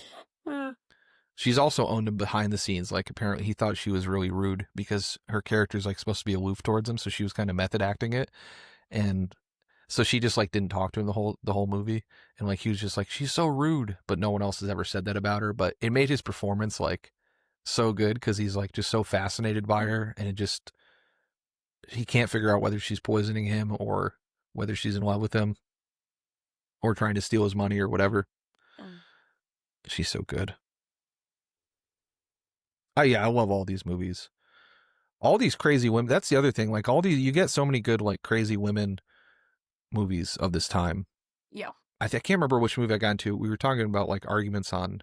Rebecca and I both have had some videos escape containment and go into some dark sides of TikTok. But like, I can't remember which movie it was, but you know, it's like I love a crazy woman villain. Lord knows I love a crazy woman villain. You get so many at this time that like, it's another sort of genre that I feel like people try to do, but they don't do it as well now. I don't know. Definitely, I think it has to do with the context of the world right now. Probably affects it, or on the opposite end, whoever's making it is not thinking critically deeply enough for what they're making. That's a good way. Yeah. Did you watch Baby Girl? That's one I really, really liked, actually, with Nicole Kidman. I didn't end up watching it yet. Yeah. I got so behind. Honestly, me too. I haven't seen The Substance. I haven't seen like a Noir. Like, there's so many of these like newer ones I've missed, but Baby Girl I quite liked. It's kind of like a girl boss. I mean, it's not really. No, it's in the same genre as all this stuff. I think in a good way. But it does a lot of fascinating subversion of it. I think not Baby Girl, the horror genre is doing that pretty well. Psychological thrillers, I'm looking at some of. I've heard Sanctuary with Margaret Qualley is pretty good, which seems like it's the opposite of a movie I just watched, Secretary, which I watched because I was watching your podcast. Oh, nice. Did you like it? I did. I liked it a lot. I love that movie. Shout out Katie Asaurus. Yeah. That movie's tremendous. Did you watch Crash along with it? I had already seen Crash because I had taken a sex and movies class in college. That'll do it. Yeah. That's like, one of the defining. Of course that's in it. Yeah. I'd put that in there. In the Realm of the Senses is another one. It's like probably the other. Those movies are just basically porns. Yeah. But artistic ones. Very, very artistic ones. Yeah, very, very artistic. Yeah. Crash is probably my favorite Cronenberg movie. I think it definitely is my favorite Cronenberg movie. It was one of the funniest movies I've ever seen when I first watched it. Once I realized like what it was going to be, I was like, this is so sick. Oh yeah. Once you're in, you're along for the ride. It's very fun. So to speak. That's a great way to put it. Yeah. I love that. Okay, so we were talking, it's also Nina Foch was married to James Lipton. And so this is James Lipton did Inside the Actors Studio, which I grew up watching. Shout out James Lipton. He lived till he was like 93. Great interview show, Inside the Actors Studio. Shout out on Bravo. Do you want to do the James Lipton questionnaire? You ever heard of the James Lipton questionnaire? No, but it's Bernard Pivot. He did I can't remember what it was, like where it came from. He said Bernard. The questionnaire concept was originated by French television personality Bernard Pivot on a show Apostrophes after the Proust questionnaire. And maybe I'll do this for all my. I don't know if this is copyrighted. Maybe not. What is your favorite word? Favorite word?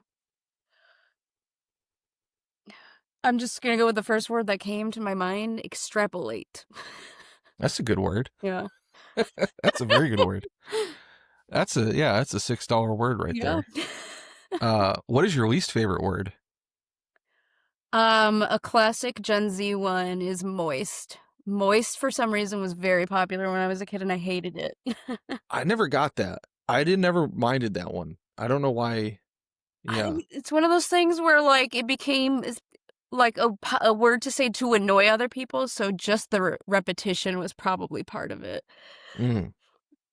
I might do these along. What's my favorite word? I don't know what my favorite word is. Clarity. I like that. Because it's an LR word that I can kind of say. Like, It's an accomplishment. yeah, I was thinking about this like the other day. So like someone like, like I used to say rally and I said like North Carolina, like in my head, I thought it was called rally, North Carolina instead of Raleigh. And like, I think the reason I thought that is because like the AWL kind of sound is hard for me to say. So I was like, I want it to be rally because that's a little bit easier for me to pronounce in like just with my mouth. So I just called it like Raleigh, North Carolina, and people be like, it's not Raleigh, it's Raleigh. But like, it's Raleigh to me. But I think clarity is like one of the ones where it's like I can say it. It has an L and an R, and I can say it pretty much no problem. There's a couple like depending on the sentence, like when I'm recording my videos, I will change my scripts, or like when I'm quoting something, I have to like take like 30 takes just to say like, I can't remember the phrase that it was, but I'll say clarity. Least favorite word, not moist. I don't know what are some bad words.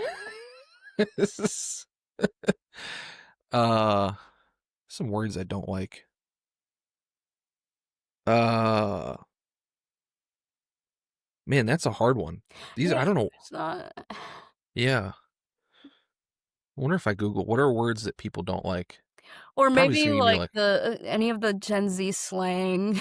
I mean Gen Alpha. I like all that. I love all that. Like skibbity and all that. I love all Skibbity, that. yeah. Yeah. They're saying moist, mucus, curd, bulbous, chunky, dripping, gurgle, ointment. Ointment's a great word. Gurgle. I love gargle. Yeah. When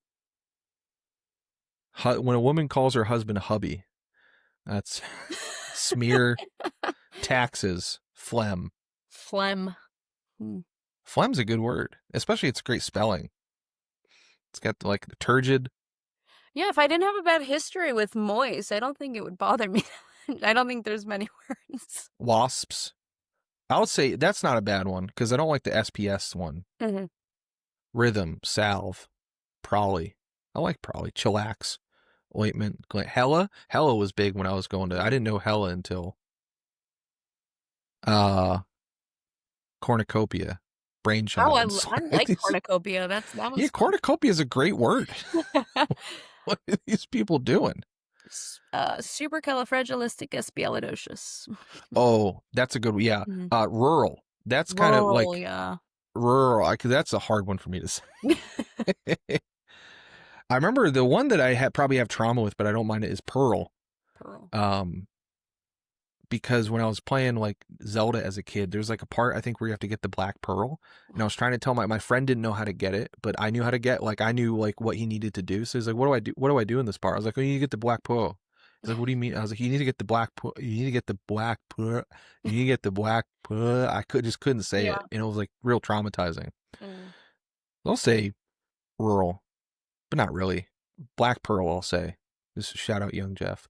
This is a weird one. Did he really ask this? He used to ask this to people of like all celebrities and stuff. What turns you on creatively, spiritually, or emotionally? I'm gonna take the movie realm because I watched Good Boy Let's keep this podcast recently.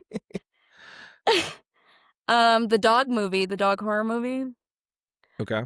And it's such a beautifully shot movie. Like you're not expecting it to be. It's like it's just gorgeous. The visuals are amazing. Like really, like if something's the color grading too. Sometimes I don't notice some color grading. It's pretty generic from movie to movie. But like everything visually about Good Boy, I was like, whoa, this is amazing. I'm not that big of a fan of the movie, like the story. Yeah. But I'm loving everything else I'm seeing. Oh yeah. I'll say shadows for sure. Like when you caught up the shadows, and it's like, dude, that's half the reason I love these old black and white shadows. Oh, the twinkle in their eyes in old movies is something. Oh yeah, It's it happened one night. Have you seen with Clark Gable? Is like yes, one of the my scene when they're in the when they're I mean they have the curtain in between them, but when they're in the first hotel and it goes to just see their eyes on the twinkle, that's so Yep, yeah. that. That's like yeah. I love that.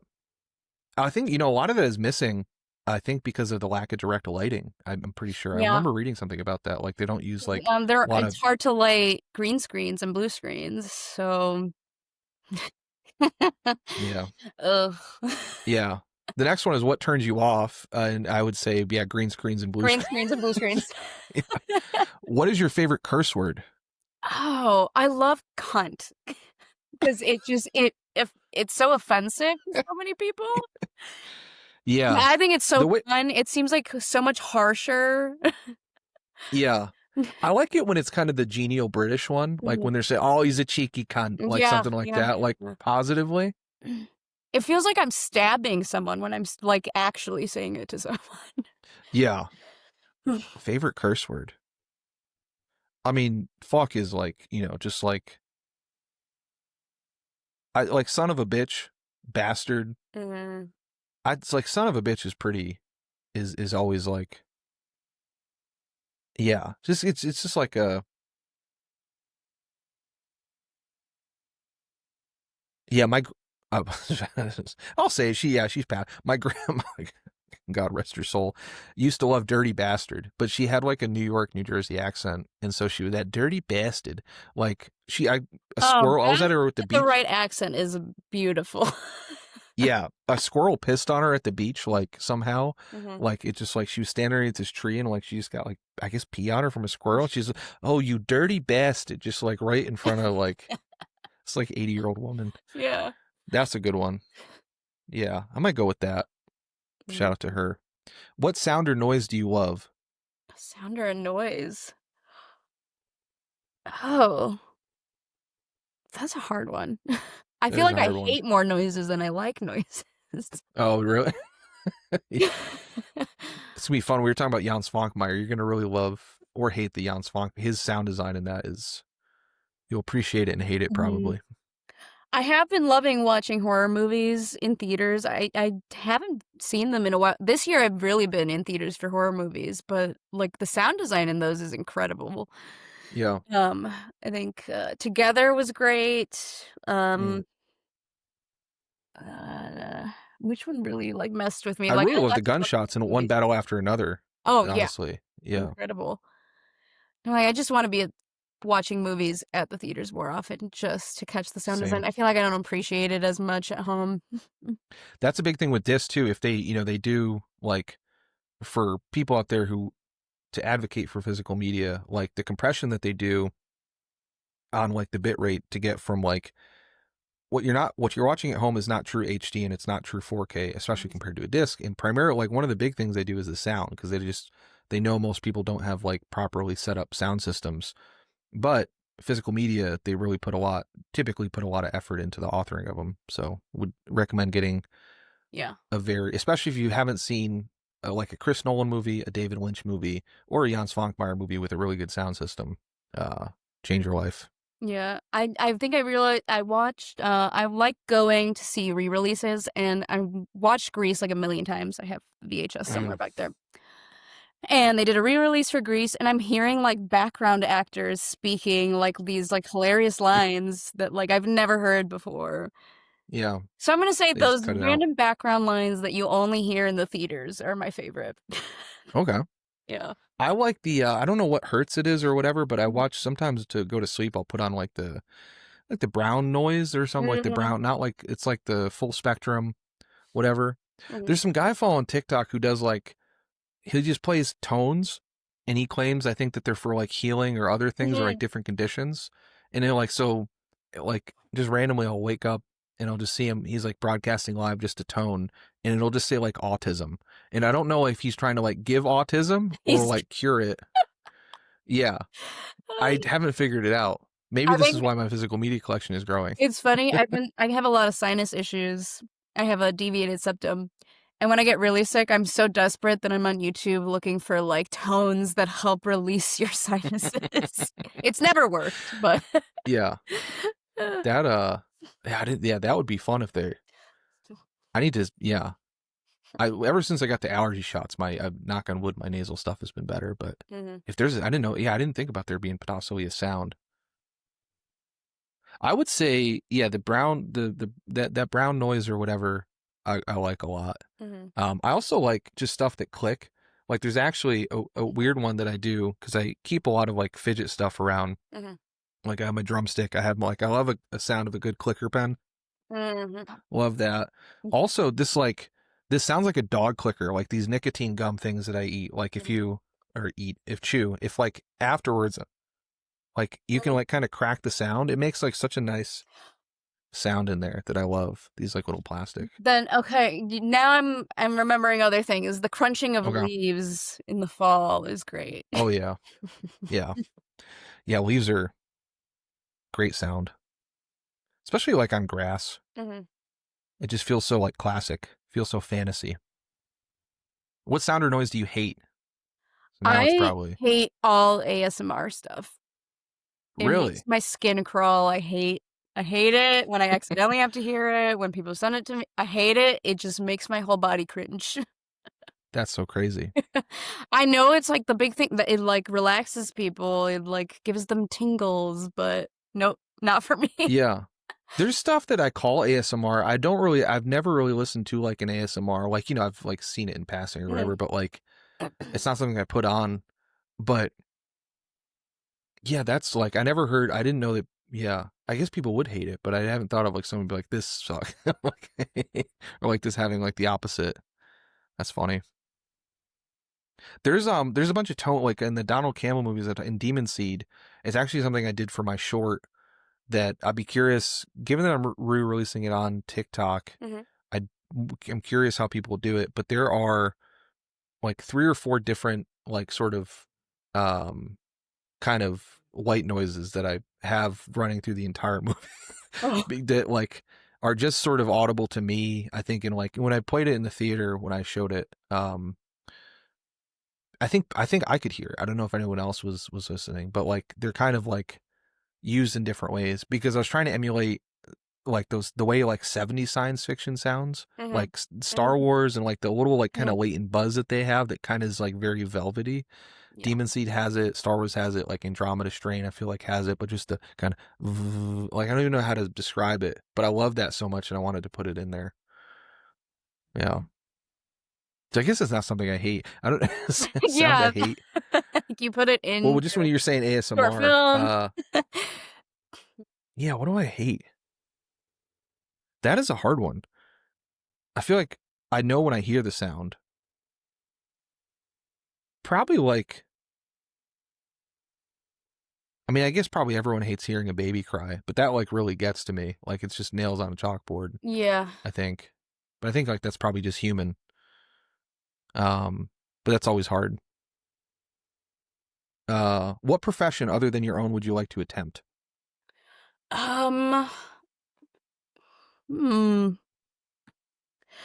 This is a hard question for me because I'd love to do everything.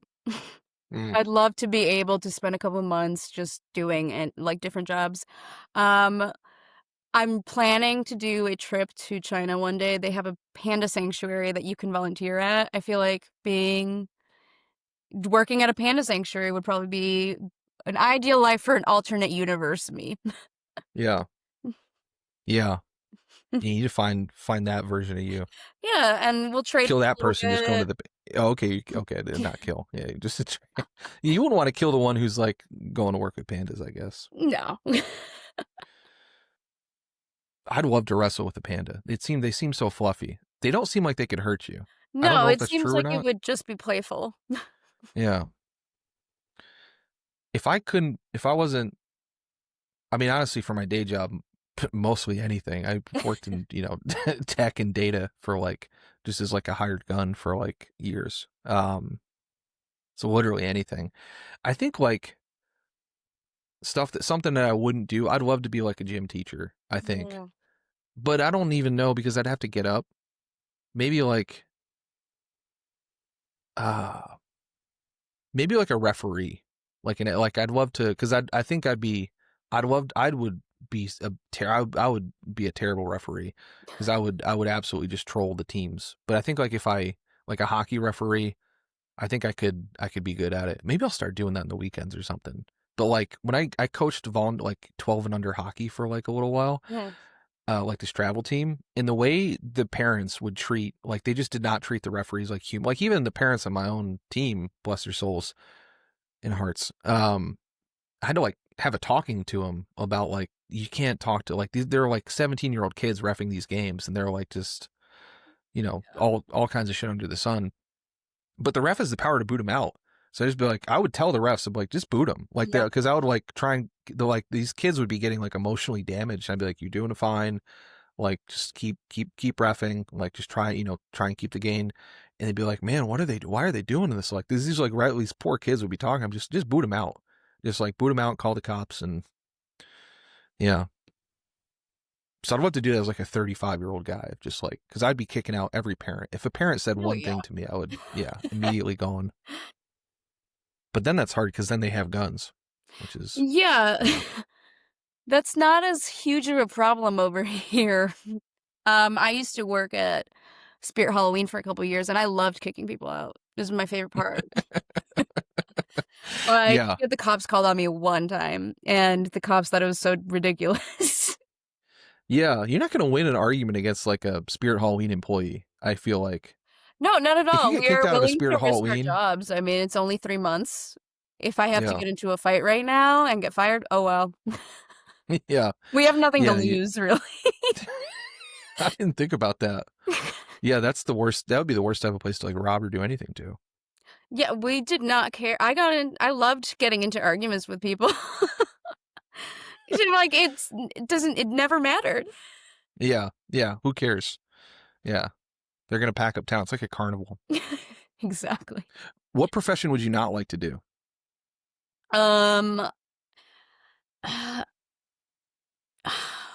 Working in a restaurant. I have horrible memory. I would definitely mess up the orders and get yelled at. Mhm. And I hate customers. That's why the only service job was Spirit Halloween when I worked with customers. I hated working with customers. If I had to do it and I knew there was no out, I can't do it. Yeah. Customers Yeah, not right, ever. I washed dishes for many years, like at Mhm. different jobs, and I'll never go back to that. That is like one thing I don't definitely never again. I've done my time. I hated washing dishes so much. Never enjoyed a second of it. And yeah, sensory wise, and then just honestly, the thing I hated was just like your stomach gets wet. Like you're like, Yeah, your stomach, everything. Yeah. the worst. Horrible So sensory nightmare. horrible sensory nightmare. Mm. Okay, last one is, if heaven exists, what would you like to hear God say when you arrive at the pearly gates? This one I remember. Oh. Yeah. I think, don't worry, those people aren't here. Leave it ambiguous as to who those people Yeah, are. you guys can assume what I mean by that. Yeah. Yeah. That'd be a good thing to hear. I think I'd probably just be like,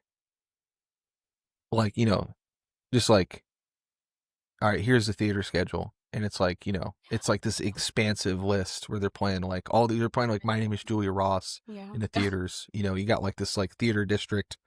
You just get to see all the greats. They're doing like red carpets for, Oh, wow. here's what Cloud Jean Tierney is on, and she's single. Here's the map. Here's Yeah. your movie list. Yeah, and she somehow is into slovenly 35-year-old guys who aren't that charismatic somehow. Maybe I'll do this. The ones, it's weird that he changed it. So the Bernard Pivot one was, what is your favorite drug? You don't have to answer this, but I'll say cocaine. I do not do it, but when I did do it, tremendous. See, I had a friend, he's like, I'll never do it again, but it was amazing. Yeah. when I was in college, I had a bad problem with it. And so legitimately, like out there, don't do the thing that saved me is I had no money. I just literally was so poor that I couldn't afford it. But I was also the film guy at my first school. This is before I got kicked out of that school. I was like somehow I convinced them to let me run like the student film video program.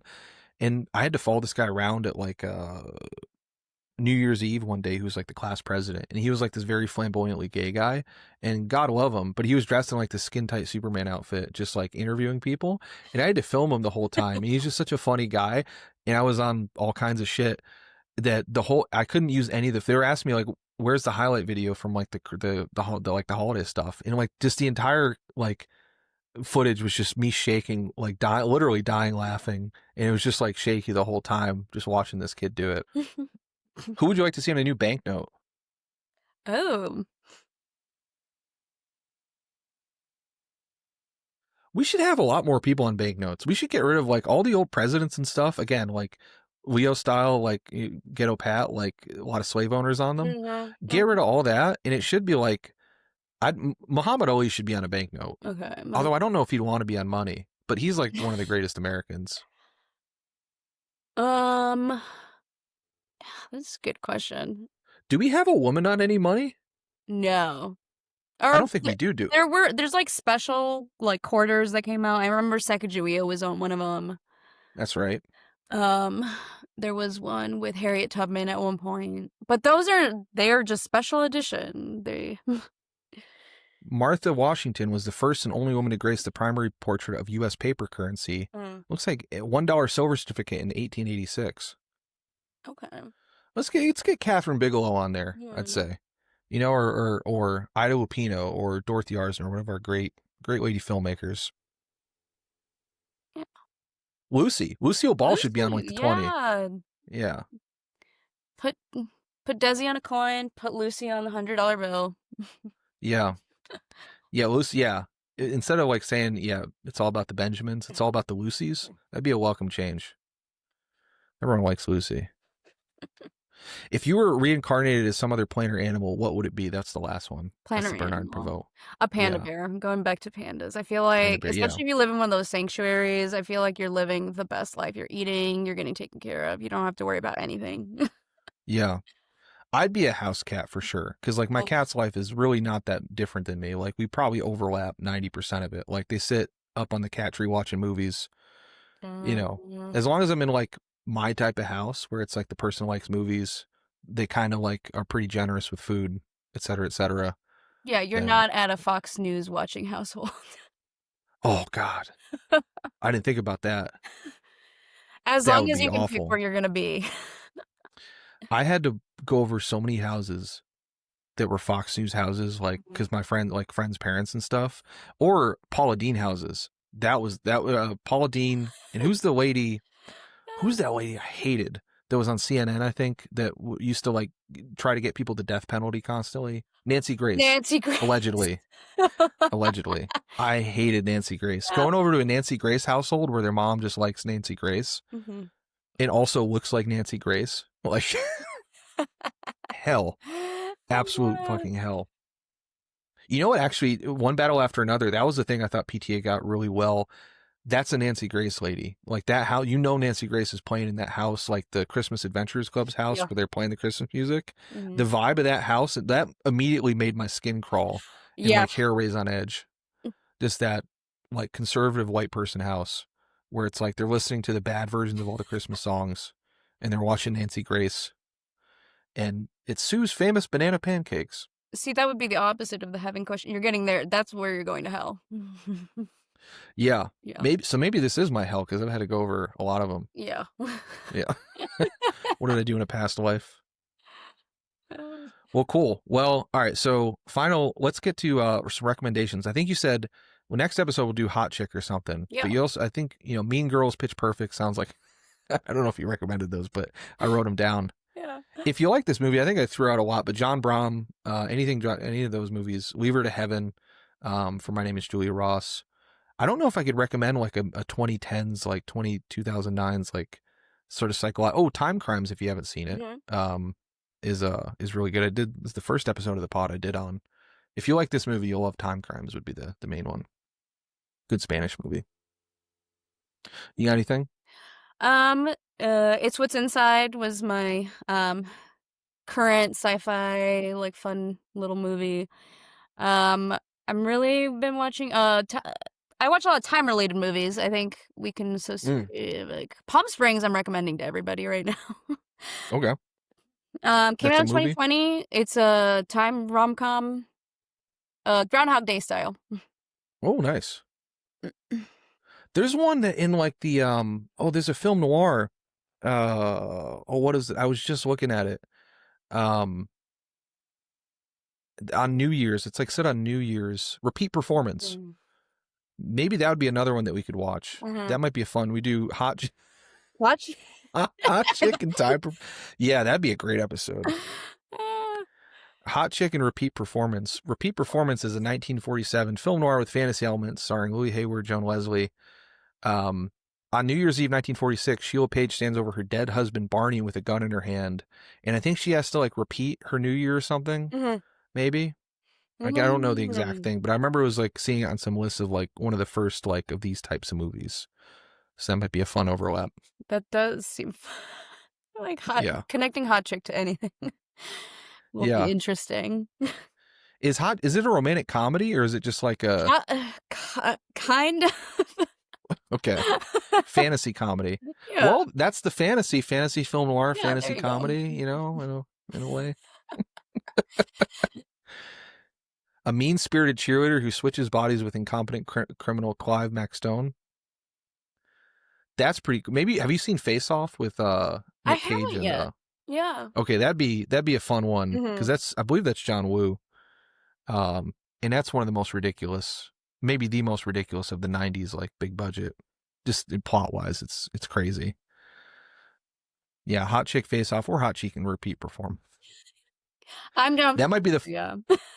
That might be the we did like me and shout out Michael aka Sharky4 on TikTok. We did Duel by Steven Spielberg and 35 Shots of Rum by Claire Denis, which are like the two most opposite movies you could possibly get. So I'd love to do more episodes like that. It turned out to be really fun actually. And they did overlap. They were both at about middle-aged guys fucking losing their mind, which was, you know, subject dear to my heart. Of course.